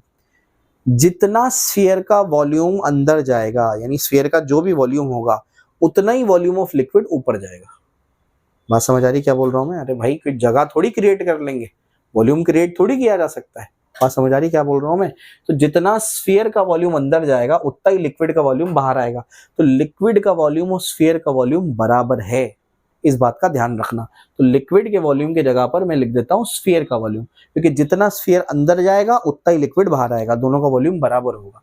तो रो ऑफ लिक्विड इंटू ये क्या होगा? 4/3 पाई आर क्यूब। आर इसका रेडियस मान लिया स्फीयर का मैंने, G plus 6 pi eta R V is equals to ये क्या है? Rho of sphere into 4/3 pi R cube into G. ठीक है ना। चलो भाई यहाँ तक बात समझ में आती है। अब यहाँ से जी तो सब में से कैंसिल होता हुआ नहीं, यहाँ से जी कैंसिल नहीं हो रहा है, इसको रहने दो। क्या कैंसिल हो रहा है देखो, यहाँ से पाई कैंसिल होता हुआ नजर आ रहा है, तीनों में से पाई कैंसिल हो गया। अब क्या हो गया, अब मैं क्या करता हूँ, ये जो 4/3 पाई आर क्यूब वाला जो टर्म है उनको एक साइड पे ले लेता हूँ, इसको दूसरे साइड भेज देता हूँ। तो rho of liquid into 4/3 R cube G, है ना, उसमें भी क्या बचा 4/3 आर क्यूब जी। तो आप क्या करो, 4/3 आर क्यूब जी को कॉमन ले लेना, इसको इधर भेजेंगे तो ये क्या होगा, rho of liquid minus rho of solid, या फिर उसको उल्टा भेज दो वरना नेगेटिव आ जाएगा वो। बोलो भाई यहाँ से क्या करो, 4/3 आर क्यूब जी को कॉमन ले लो, इधर पे क्या बचा है, रो ऑफ सॉलिड यानी रो ऑफ स्फीयर, इसको यहाँ भेजे, 4/3 आर क्यूब जी को बाहर ले लिए, माइनस रो ऑफ लिक्विड बचा। यहाँ क्या बचा, 6 ईटा आर वी बचा, है ना। अब देखो एक आर कैंसिल हो जाएगा, 2 3 2 2 हो जाएगा। तो ये जो वेलोसिटी है यही टर्मिनल वेलोसिटी है। तो टर्मिनल वेलोसिटी जो आ गई वो क्या आ गई, 2/3 3 9, यहाँ से क्या बचा r square g divided by eta rho of solid minus rho of liquid. तो इस तरीके से ये आपकी टर्मिनल वेलोसिटी आ गई, बात समझ आई। तो इस तरीके से हम लोग क्या करेंगे, टर्मिनल वेलोसिटी को डिराइव करेंगे। याद रखना टर्मिनल वेलोसिटी वाला concept is only for spherical objects, जो आपके रेन ड्रॉप्स होते हैं उनको स्फेरिकल मान करके उन पे भी लगाया जा सकता है ना। चलो भैया आई होप यहाँ तक समझ में आया होगा। आगे चलते हैं, आगे क्या है,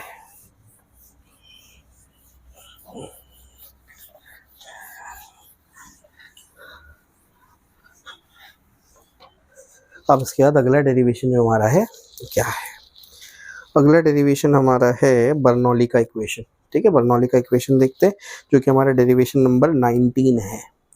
तो बर्नौली का इक्वेशन, ठीक है, बर्नौली के इक्वेशन में मैं देख रहा हूँ आजकल वो कुछ टीचर्स ने शॉर्ट्स वगैरह डाले हैं, 1 शॉट वीडियो, और वो उसमें जो है एक स्टेप आता है, उस स्टेप को गलत तरीके से एक्सप्लेन किया हुआ है।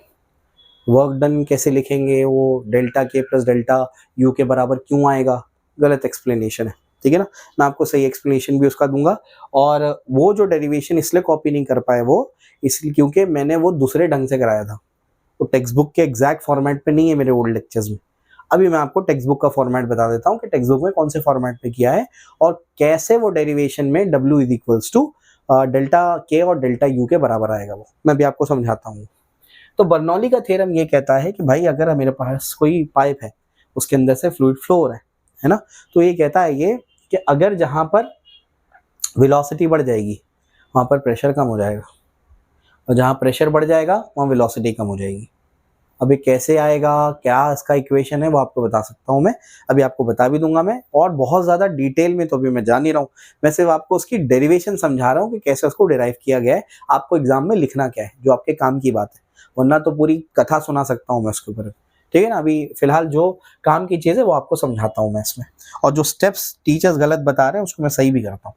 तो ये मेरे पास अगर ये ऐसे कोई मेरे पास एक पाइप है, मान लीजिए इस पाइप का को मैंने ग्राउंड से H1 हाइट पर रखा है, इस एरिया, इस क्रॉस सेक्शन का एरिया A1 है, यहाँ से मैंने इसको H2 हाइट पर रखा है, इसका एरिया मैंने A2 माना है। फ्लूइड इसमें से एंटर हो रहा है और फ्लूइड यहाँ से बाहर निकल रहा है। ठीक है ना, तो ये चीज़ आपको समझनी पड़ेगी। आइए इसको और थोड़ा सा समझते हैं। अब फ्लूइड इसमें से एंटर हो रहा है, यहाँ से बाहर निकल रहा है, मान लीजिए कि कोई फ्लूइड यहाँ पर था, अभी उसका आगे वाला हिस्सा यहाँ पर था, यहाँ से ये ऐसे आगे बढ़ गया, यहाँ से आगे जा रहा है ना फ्लूइड, यहाँ से ये ऐसे आगे बढ़ गया, तो इसको समझिए आप, यहाँ से ये ऐसे आगे बढ़ गया, तो इतना वॉल्यूम ऑफ फ्लूइड जो है वो बेसिकली dt टाइम में यहाँ से यहाँ तक चला गया, इतना वॉल्यूम ऑफ फ्लूइड इतना यहाँ से यहाँ तक ट्रैवल कर गया। ठीक है ना, तो ये लेंथ में मान लेता हूँ dl1, इसको मैं dl2 मान लेता हूँ, बात समझते हैं, लेंथ मैंने dl मान ली। और लेंथ क्या होता है आप जानते हैं, v is equal to dl/dt होता है, dx/dt बोल दो, dl/dt बोल दो, आपकी मर्जी है। तो dl/dt, तो dl क्या बनेगा, v dt बनेगा। तो यहाँ पे उसके जो dl है वो बेसिकली v1 dt बोलता हूँ मैं, और dl2 क्या बनेगा फिर v2 dt बोलता हूँ मैं। यहाँ तक क्लियर है। और इसका वॉल्यूम dv है और इसका भी वॉल्यूम dv। आप बोलेंगे dv1 dv2 क्यों नहीं है? इसलिए नहीं है क्योंकि भाई जितना वॉल्यूम यहाँ से एंटर करेगा उतना ही वहां से बाहर निकलेगा ना। अगर यहाँ से एंटर करता है 3 लीटर, वहां से बाहर निकलता है 2 लीटर, तो 1 लीटर तो जमा हो गया पाइप में। ऐसे जमा होते होते पाइप तो फट जाएगा, नहीं होता ना ऐसे। इसी वजह से जितना वॉल्यूम यहाँ एंटर करेगा उतना ही वहां पर बाहर निकलेगा, तो दोनों का वॉल्यूम क्या है? बराबर है। बात समझ आई? आइए इसको समझते हैं आगे। बर्नौली के इक्वेशन में हमको जो प्रूव करना है उसमें सबसे पहले हम लोगों को इस बात को समझना पड़ेगा कि यहाँ पर 2 फोर्सेस हैं। एक फोर्स तो फ्लूइड लगा रहा है जिसकी वजह से फ्लूइड आगे की तरफ जा रहा है, दूसरा mg है, ग्रेविटेशनल फोर्स भी तो है ना। देखो ना किसी हाइट पे है तो कुछ ना कुछ ग्रेविटेशनल फोर्स है, उसकी वजह से इसके पास कुछ ना कुछ क्या है? पोटेंशियल एनर्जी भी है, ऐसा है।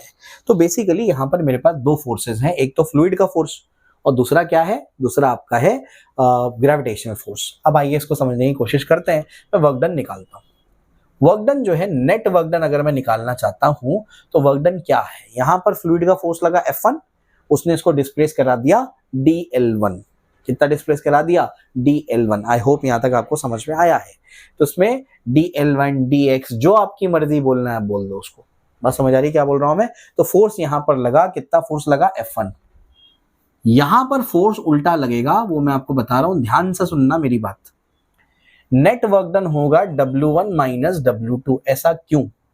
ऐसा इसीलिए क्योंकि लिक्विड जिस जगह पर, जिस पॉइंट पर जाकर के हिट करता है उस पे फोर्स आगे की तरफ लगाता है, और लिक्विड जहां से निकलता है उस पे फोर्स पीछे की तरफ लगाता है। एग्जाम्पल के तौर पे आपने कभी जेट से पानी को क्या कर दिया होगा? जैसे आपने फायर ब्रिगेड वालों का पाइप देखा होगा, वो जो पानी उससे निकलता है वो जहां जाएगा उस पे तो फोर्स आगे की तरफ लगाएगा। अगर सामने कोई ब्लॉक रखा हो मैंने, तो ब्लॉक जो पानी जाएगा वो ब्लॉक को तो आगे की तरफ धक्का मारेगा, लेकिन पानी जहां से निकल रहा है, पाइप से निकल रहा है, तो जहां से निकलेगा उस पे फोर्स पीछे की तरफ लगाएगा। आप समझ रहे हैं मेरी बात? ऐसे ही होगा। तो बेसिकली यहां जो फोर्स लग रहा है वो तो इधर ही लग रहा है और डिस्प्लेसमेंट भी इधर ही हो रहा है लेकिन यहां से तो पानी बाहर निकल रहा है, तो यहां पर डिस्प्लेसमेंट तो इधर हो रहा है dl2, लेकिन फोर्स उल्टा लग रहा है। अगर फोर्स और डिस्प्लेसमेंट अपोजिट डायरेक्शन में है तो यहाँ का वर्क डन तो नेगेटिव बनेगा और यहाँ का वर्क डन तो पॉजिटिव बनेगा। तो नेट वर्क डन में W1 प्लस W2 की जगह पर W1 माइनस W2 आएगा। पहली चीज तो ये हो गई जो आपको समझनी थी। अब वर्क डन का फॉर्मूला क्या होता है बच्चों? वर्क डन का फॉर्मूला होता है, वर्क डन का फॉर्मूला, अच्छा ये कौन कर रहा है वर्क डन? फ्लूइड कर रहा है। ये वर्क डन बाय क्या है? फ्लूइड है। फ्लूइड एक नॉन कंजर्वेटिव फोर्स, फ्लूइड का जो फोर्स होता है वो एक नॉन कंजर्वेटिव फोर्स है। तो मैं इसको यहाँ पर ऐसे भी लिखता हूँ, नॉन कंजर्वेटिव। वो क्या है? W1 मतलब force into displacement, F1 dl1 minus ये क्या होगा? F2 dl2। यहाँ तक क्लियर है? समझ में आ रही है बात? आइए आगे चलते हैं। ये आई होप यहाँ तक तो आपको क्लियर होगा। अब प्रेशर क्या होता है? प्रेशर होता है फोर्स अपॉन एरिया। प्रेशर क्या होता है? Force upon area. तो फोर्स क्या होगा? प्रेशर इनटू एरिया होगा। तो फोर्स की जगह क्या लिखूंगा मैं? P1 A1 dl1 minus P2 A2, और ये क्या है? dl2, और ये क्या है? Work done by non conservative force, मतलब फ्लूइड का फोर्स। यहाँ तक क्लियर है? अब ध्यान से सुनना। वॉल्यूम जो होता है वो होता है एरिया इंटू हाइट या एरिया इंटू लेंथ। तो अगर मैं dv लिखूंगा, एरिया इंटू क्या मैं dl लिख सकता हूँ उसको, तो a इंटू dl तो dv बनेगा। बात समझ आई? तो ये हो जाएगा P1 A1 और ये हो जाएगा dv1 नहीं dv, क्योंकि यहाँ जो dv है और वहां जो dv है बराबर है। जितना वॉल्यूम एंटर करेगा उतना वॉल्यूम बाहर निकलेगा, पहले ही बता चुका हूं मैं आपको। तो P2 A2 और ये हो जाएगा dv। तो work done by non conservative force, therefore क्या मिलेगा अपने पास? P1 A1 minus P2 A2 और ये बनेगा dv। तो यहां से अपने पास एक इक्वेशन बन गई। यहां तक क्लियर? समझ आया? अब आगे की बात करते हैं। ध्यान से सुनना मेरी बात, में क्या बोल रहा हूं। नाउ अगर मैं कंजर्वेशन ऑफ एनर्जी की बात करूंगा तो मेरे पास, या फिर वर्क एनर्जी थ्योरम की बात करता हूं मैं, ये स्टेप गलत समझा रहे हैं लोग। ध्यान से सुनना मेरी बात। वो ये कहता है वर्क डन आपका वर्क एनर्जी थ्योरम ये कहता है work done by all the forces is equal to change in kinetic energy. ये होता है। अब यहां पर कितने फोर्स है? 2 फोर्स है, एक mg का है और एक फ्लूइड का है। तो जो mg का फोर्स है वो तो कंजर्वेटिव फोर्स होता है, और जो फ्लूइड का फोर्स है वो नॉन कंजर्वेटिव फोर्स होता है। बात समझ आ रही क्या बोल रहा हूं मैं? ध्यान से सुनना मेरी बात। चलो भाई, तो ये अब मेरे पास क्या आ जाएगा? Therefore work done by conservative force, all forces ना, तो एक कंजर्वेटिव फोर्स है, एक नॉन कंजर्वेटिव फोर्स है, तो work done by conservative force plus work done by non conservative force is equal to delta kinetic energy. लेकिन work done by conservative force या आपने WPE में पढ़ा होगा, यानी आपके NLM चैप्टर में, जो 11th में महाराष्ट्र बोर्ड में NLM चैप्टर है, उसी में कंजर्वेटिव नॉन कंजर्वेटिव में समझाया गया है कि work done by conservative force minus of change in potential energy होता है। तो this will be equal to minus delta PE plus work done by non conservative is equal to delta KE। समझ रहे हैं आप मेरी बात? इसको उधर भेज दो आप।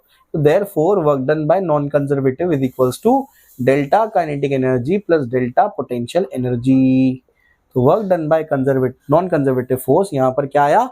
Change in kinetic energy plus change in potential energy. आइए फिर समझते हैं इसको, ठीक है ना। तो ये तो यहाँ तक तो काम हो गया ना मेरा, इसको थोड़ा सा हटा देते हैं, थोड़ा सा ऊपर ले लेता हूँ थोड़ा इसको मैं, ताकि मेरे को जगह मिल जाए, ठीक है। ऐसा है, इसको 1 दे देना था। अब मैं क्या निकालना चाह रहा हूं, ध्यान से सुनना मेरी बात। Therefore work done by non conservative force is equal to kinetic energy का चेंज क्या होगा, वो final kinetic energy minus initial kinetic energy हो जाएगा। काइनेटिक एनर्जी क्या होती है? हाफ mv², और मास तो सेम है, जितना मास सेंटर करेगा उतना ही बाहर निकलेगा। मास सेम है तो हाफ m, और ये क्या हो जाएगा? v2² minus v1²। यहाँ पर वेलोसिटी क्या है? v2 है, और यहाँ पर वेलोसिटी क्या है? v1 है। प्लस पोटेंशियल एनर्जी क्या होती है? mgh, m और g तो कांस्टेंट है ना, जितना मास एंटर कर रहा है उतना मास बाहर निकल रहा है, इक्वेशन ऑफ कंटिन्यूटी। तो H2 minus H1 mg H2 minus H1। अगर आप गौर से देखेंगे 1 और 2 को, तो 1 और 2 को अगर आप गौर से देखते हैं तो ये भी work done by non conservative है, ये भी work done by non conservative है, यानी दोनों आपस में सेम है, इक्वल है। तो देयरफॉर क्या हो जाएगा? देयरफॉर इसमें एक और वेरिएशन भी कर सकते हैं, अभी बता देता हूं मैं, यहीं पे कर लो उसको। मास क्या होता है? मास होता है डेंसिटी इनटू वॉल्यूम। वॉल्यूम कितना लिया अपन ने यहाँ पर? dv, तो रो dv। तो मास की जगह क्या लिख देंगे फिर आप? रो dv। ये क्यों लिख रहा हूं मैं, अभी आप समझ जाएंगे। रो dv। अब क्या करो, 1 और 2 को इक्वेट कर लो आप लोग। तो देयरफॉर क्या होगा? Therefore P1 A1 minus P2 A2, और ये क्या है? dv is equals to half rho dv, और ये क्या है बताओ? v2² minus v1² plus rho dvg H2 minus H1, ठीक है ना। तो dv dv dv कैंसिल, क्या बचा? बचा अपने पास, इसको देखो ध्यान से, क्या बच रहा है? एक मिनट, यहाँ मिस्टेक कर दी ना अपन ने, क्या मिस्टेक कर दी? ये जो है एरिया इनटू लेंथ क्या होता है? वॉल्यूम होता है ना। तो P1 dv था माइनस P2 dv था, तो P1 माइनस P2 dv था। हाँ, तो ये यहाँ पर क्या लिखा है मैंने, sorry, P1 minus P2 dv। तो यहाँ से फिर dv dv dv कैंसिल हो गया, क्या बचा? P1 minus P2 is equals to half rho v2² minus v1² plus rho g H2 minus H1। ऐसे सॉल्व करेंगे इसको, मुझे थक गया मैं, 19 डेरिवेशंस हो गए। ये बहुत इंपॉर्टेंट डेरिवेशन है बर्नौली का, जो कि बहुत सारे बच्चे भी नहीं समझ पाते, इवन टीचर्स भी नहीं समझ पाते कि क्या क्या स्टेप्स लिए गए हैं इसके अंदर, है ना। आई होप आपको सारी चीज़ें मैंने इसके अंदर समझाई। बहुत इंपॉर्टेंट क्रूशियल कॉन्सेप्ट्स को यूज़ करता है ये डेरिवेशन, है ना। यहाँ पर सबसे पहले ये माइनस क्यू लगा, उसके बाद ये वाला इक्वेशन कैसे लिखा गया, बात समझ आई। फिर उसके बाद वहाँ पर वेरिएशन करो, डीवी कैंसिल करो, इक्वेशन ऑफ कंटिन्यूटी यूज़ करो, और पोटेंशियल एनर्जी का फॉर्मूला, काइनेटिक एनर्जी का फॉर्मूला, बहुत सारी चीज़ें हैं इसके अंदर, है ना। तो इसको ध्यान रखना। आई होप मैंने सबसे सिंपलेस्ट फॉर्मेट में कराया है। उस टाइम पे जब मेरे ओल्ड लेक्चर्स में जब मैं करा रहा था, तो उस टाइम पे मैंने जेई के लिए भी पढ़ाया है, जेई नीट सीईटी सबके लिए पढ़ाया था। तो मैं एक्स्ट्रा उसके अंदर फिर बताना पड़ता है पोटेंशियल हेड क्या है, काइनेटिक हेड क्या है, और प्रेशर हेड क्या है, तो ये सब बताना पड़ता है उसके अंदर। तो इस वजह से मैंने अलग तरीके से कराया था। अब वो जो मैंने आपको बताया है, ये आपकी बुक का डेरिवेशन एग्जैक्ट यही है, आपको वही समझाया है मैंने, ठीक है ना। चलो, आई होप समझ में आया होगा। आइए आगे चलते हैं। 19 डेरिवेशन हो गए। Pressure of an ideal gas, fluids के सारे इंपॉर्टेंट डेरिवेशन कंप्लीट है। अब 20 से लेके 25 तक हमारे थर्मोडायनेमिक्स के और हमारे केटीजी के डेरिवेशंस है। आइए मैं आपको बताता हूँ। Pressure of an ideal gas, इसको देख लेते हैं एक बार।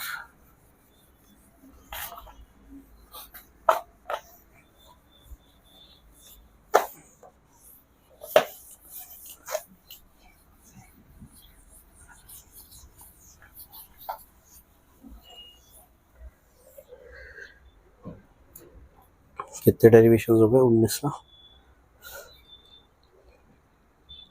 हाँ 20 से स्टार्ट करना है अभी। तो क्वेश्चन अब हमारा derivation number 20, pressure of an ideal gas. Ideal gas का प्रेशर हम लोगों को कैलकुलेट करना है। आइए देखते हैं इसको। तो pressure of an ideal gas को कैसे डिराइव करेंगे? तो अगर हमारे पास, सबसे पहले इसको समझिए कि हमारे पास एक क्यूब है,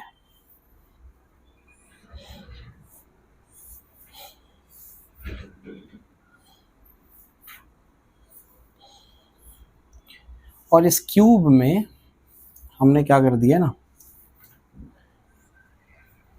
इस तरीके से उल्टा बनाता हूँ उसको। इस क्यूब में हम लोग ने गैस भर दी है, इसके कैपिटल एन पार्टिकल्स है, capital M mass of the gas है, और small m mass of each gas particle है।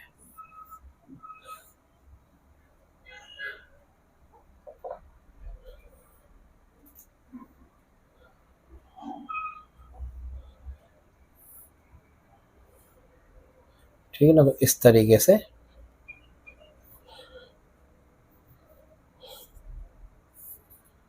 ऐसा है, मान लीजिए। अब मैंने एक पार्टिकल कंसिडर किया, यहाँ पर एक सरफेस मैंने मान लिया एस, शेडेड बोल सकते हो, या इस सरफेस की बात कर रहा हूँ मैं, है ना।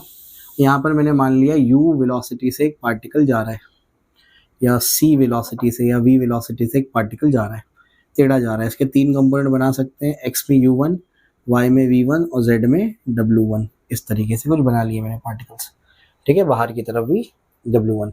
अब क्या, ये जो मेरे पास है, ये जो मेरे पास यहाँ पर पार्टिकल्स आए हुए हैं, तो इस तरीके से मैंने क्या किया है, यहाँ पर ये जो पार्टिकल्स मेरे पास है, इन पार्टिकल्स का, या एक पार्टिकल की अगर मैं स्टडी करता हूँ, तो एक पार्टिकल की स्टडी में हम लोग को निकालना है कि भाई इसके अंदर जो गैस भरी हुई है, जिसके n पार्टिकल्स है, टोटल मास उसका m है, और स्मॉल m ईच पार्टिकल का मास है ना। तो ये जो मेरे पास पार्टिकल्स हैं, ये पार्टिकल्स टोटल मिला करके इसकी वॉल्स पे कितना प्रेशर एग्जर्ट कर रहे हैं, वो मुझे निकालना है। कैसे निकालेंगे, आइए मैं आपको समझाता हूँ, समझने की कोशिश करते हैं इसको। तो सबसे पहले हमको ये समझना पड़ेगा कि भाई पार्टिकल v1 वेलोसिटी से चल रहा है ना, पार्टिकल या v वेलोसिटी से चल रहा है, इसको u, w और v से डिनोट किया जा सकता है, या c से डिनोट, क्योंकि v और v सेम हो जाएगा फिर। तो जो आपका c बार होगा वो होगा u i cap plus v j cap plus w k cap. इसका मैग्नीट्यूड अगर आप निकालेंगे तो क्या होगा, इसका मैग्नीट्यूड होगा under root of u square plus v square plus w square. ध्यान रखना इस बात का, ठीक है ना। चलो भी मैग्नीट्यूड उसका ये बनेगा। अब जो है यहाँ पर जो मेरे पास पार्टिकल है वो c वेलोसिटी से जा रहा है। अब मैं क्या करना चाहता हूँ, मैं ये जानना चाहता हूँ कि भाई ये प्रेशर कितना है। तो सीक्वेंस को समझो, प्रेशर निकालने के लिए निकालना पड़ेगा फोर्स। एरिया तो मुझे मिल जाएगा वहां से, मैंने इसका साइड L मान लिया, तो L स्क्वायर बन जाएगा, है ना। तो मुझे अगर प्रेशर निकालना है तो मुझे पहले क्या निकालना पड़ेगा, फोर्स। एरिया तो आसानी से मिल जाएगा। फोर्स अगर निकालना है तो फोर्स होता है, ये 1/, साइड में फोर्स होता है dp/dt, यानी change in momentum divide by time.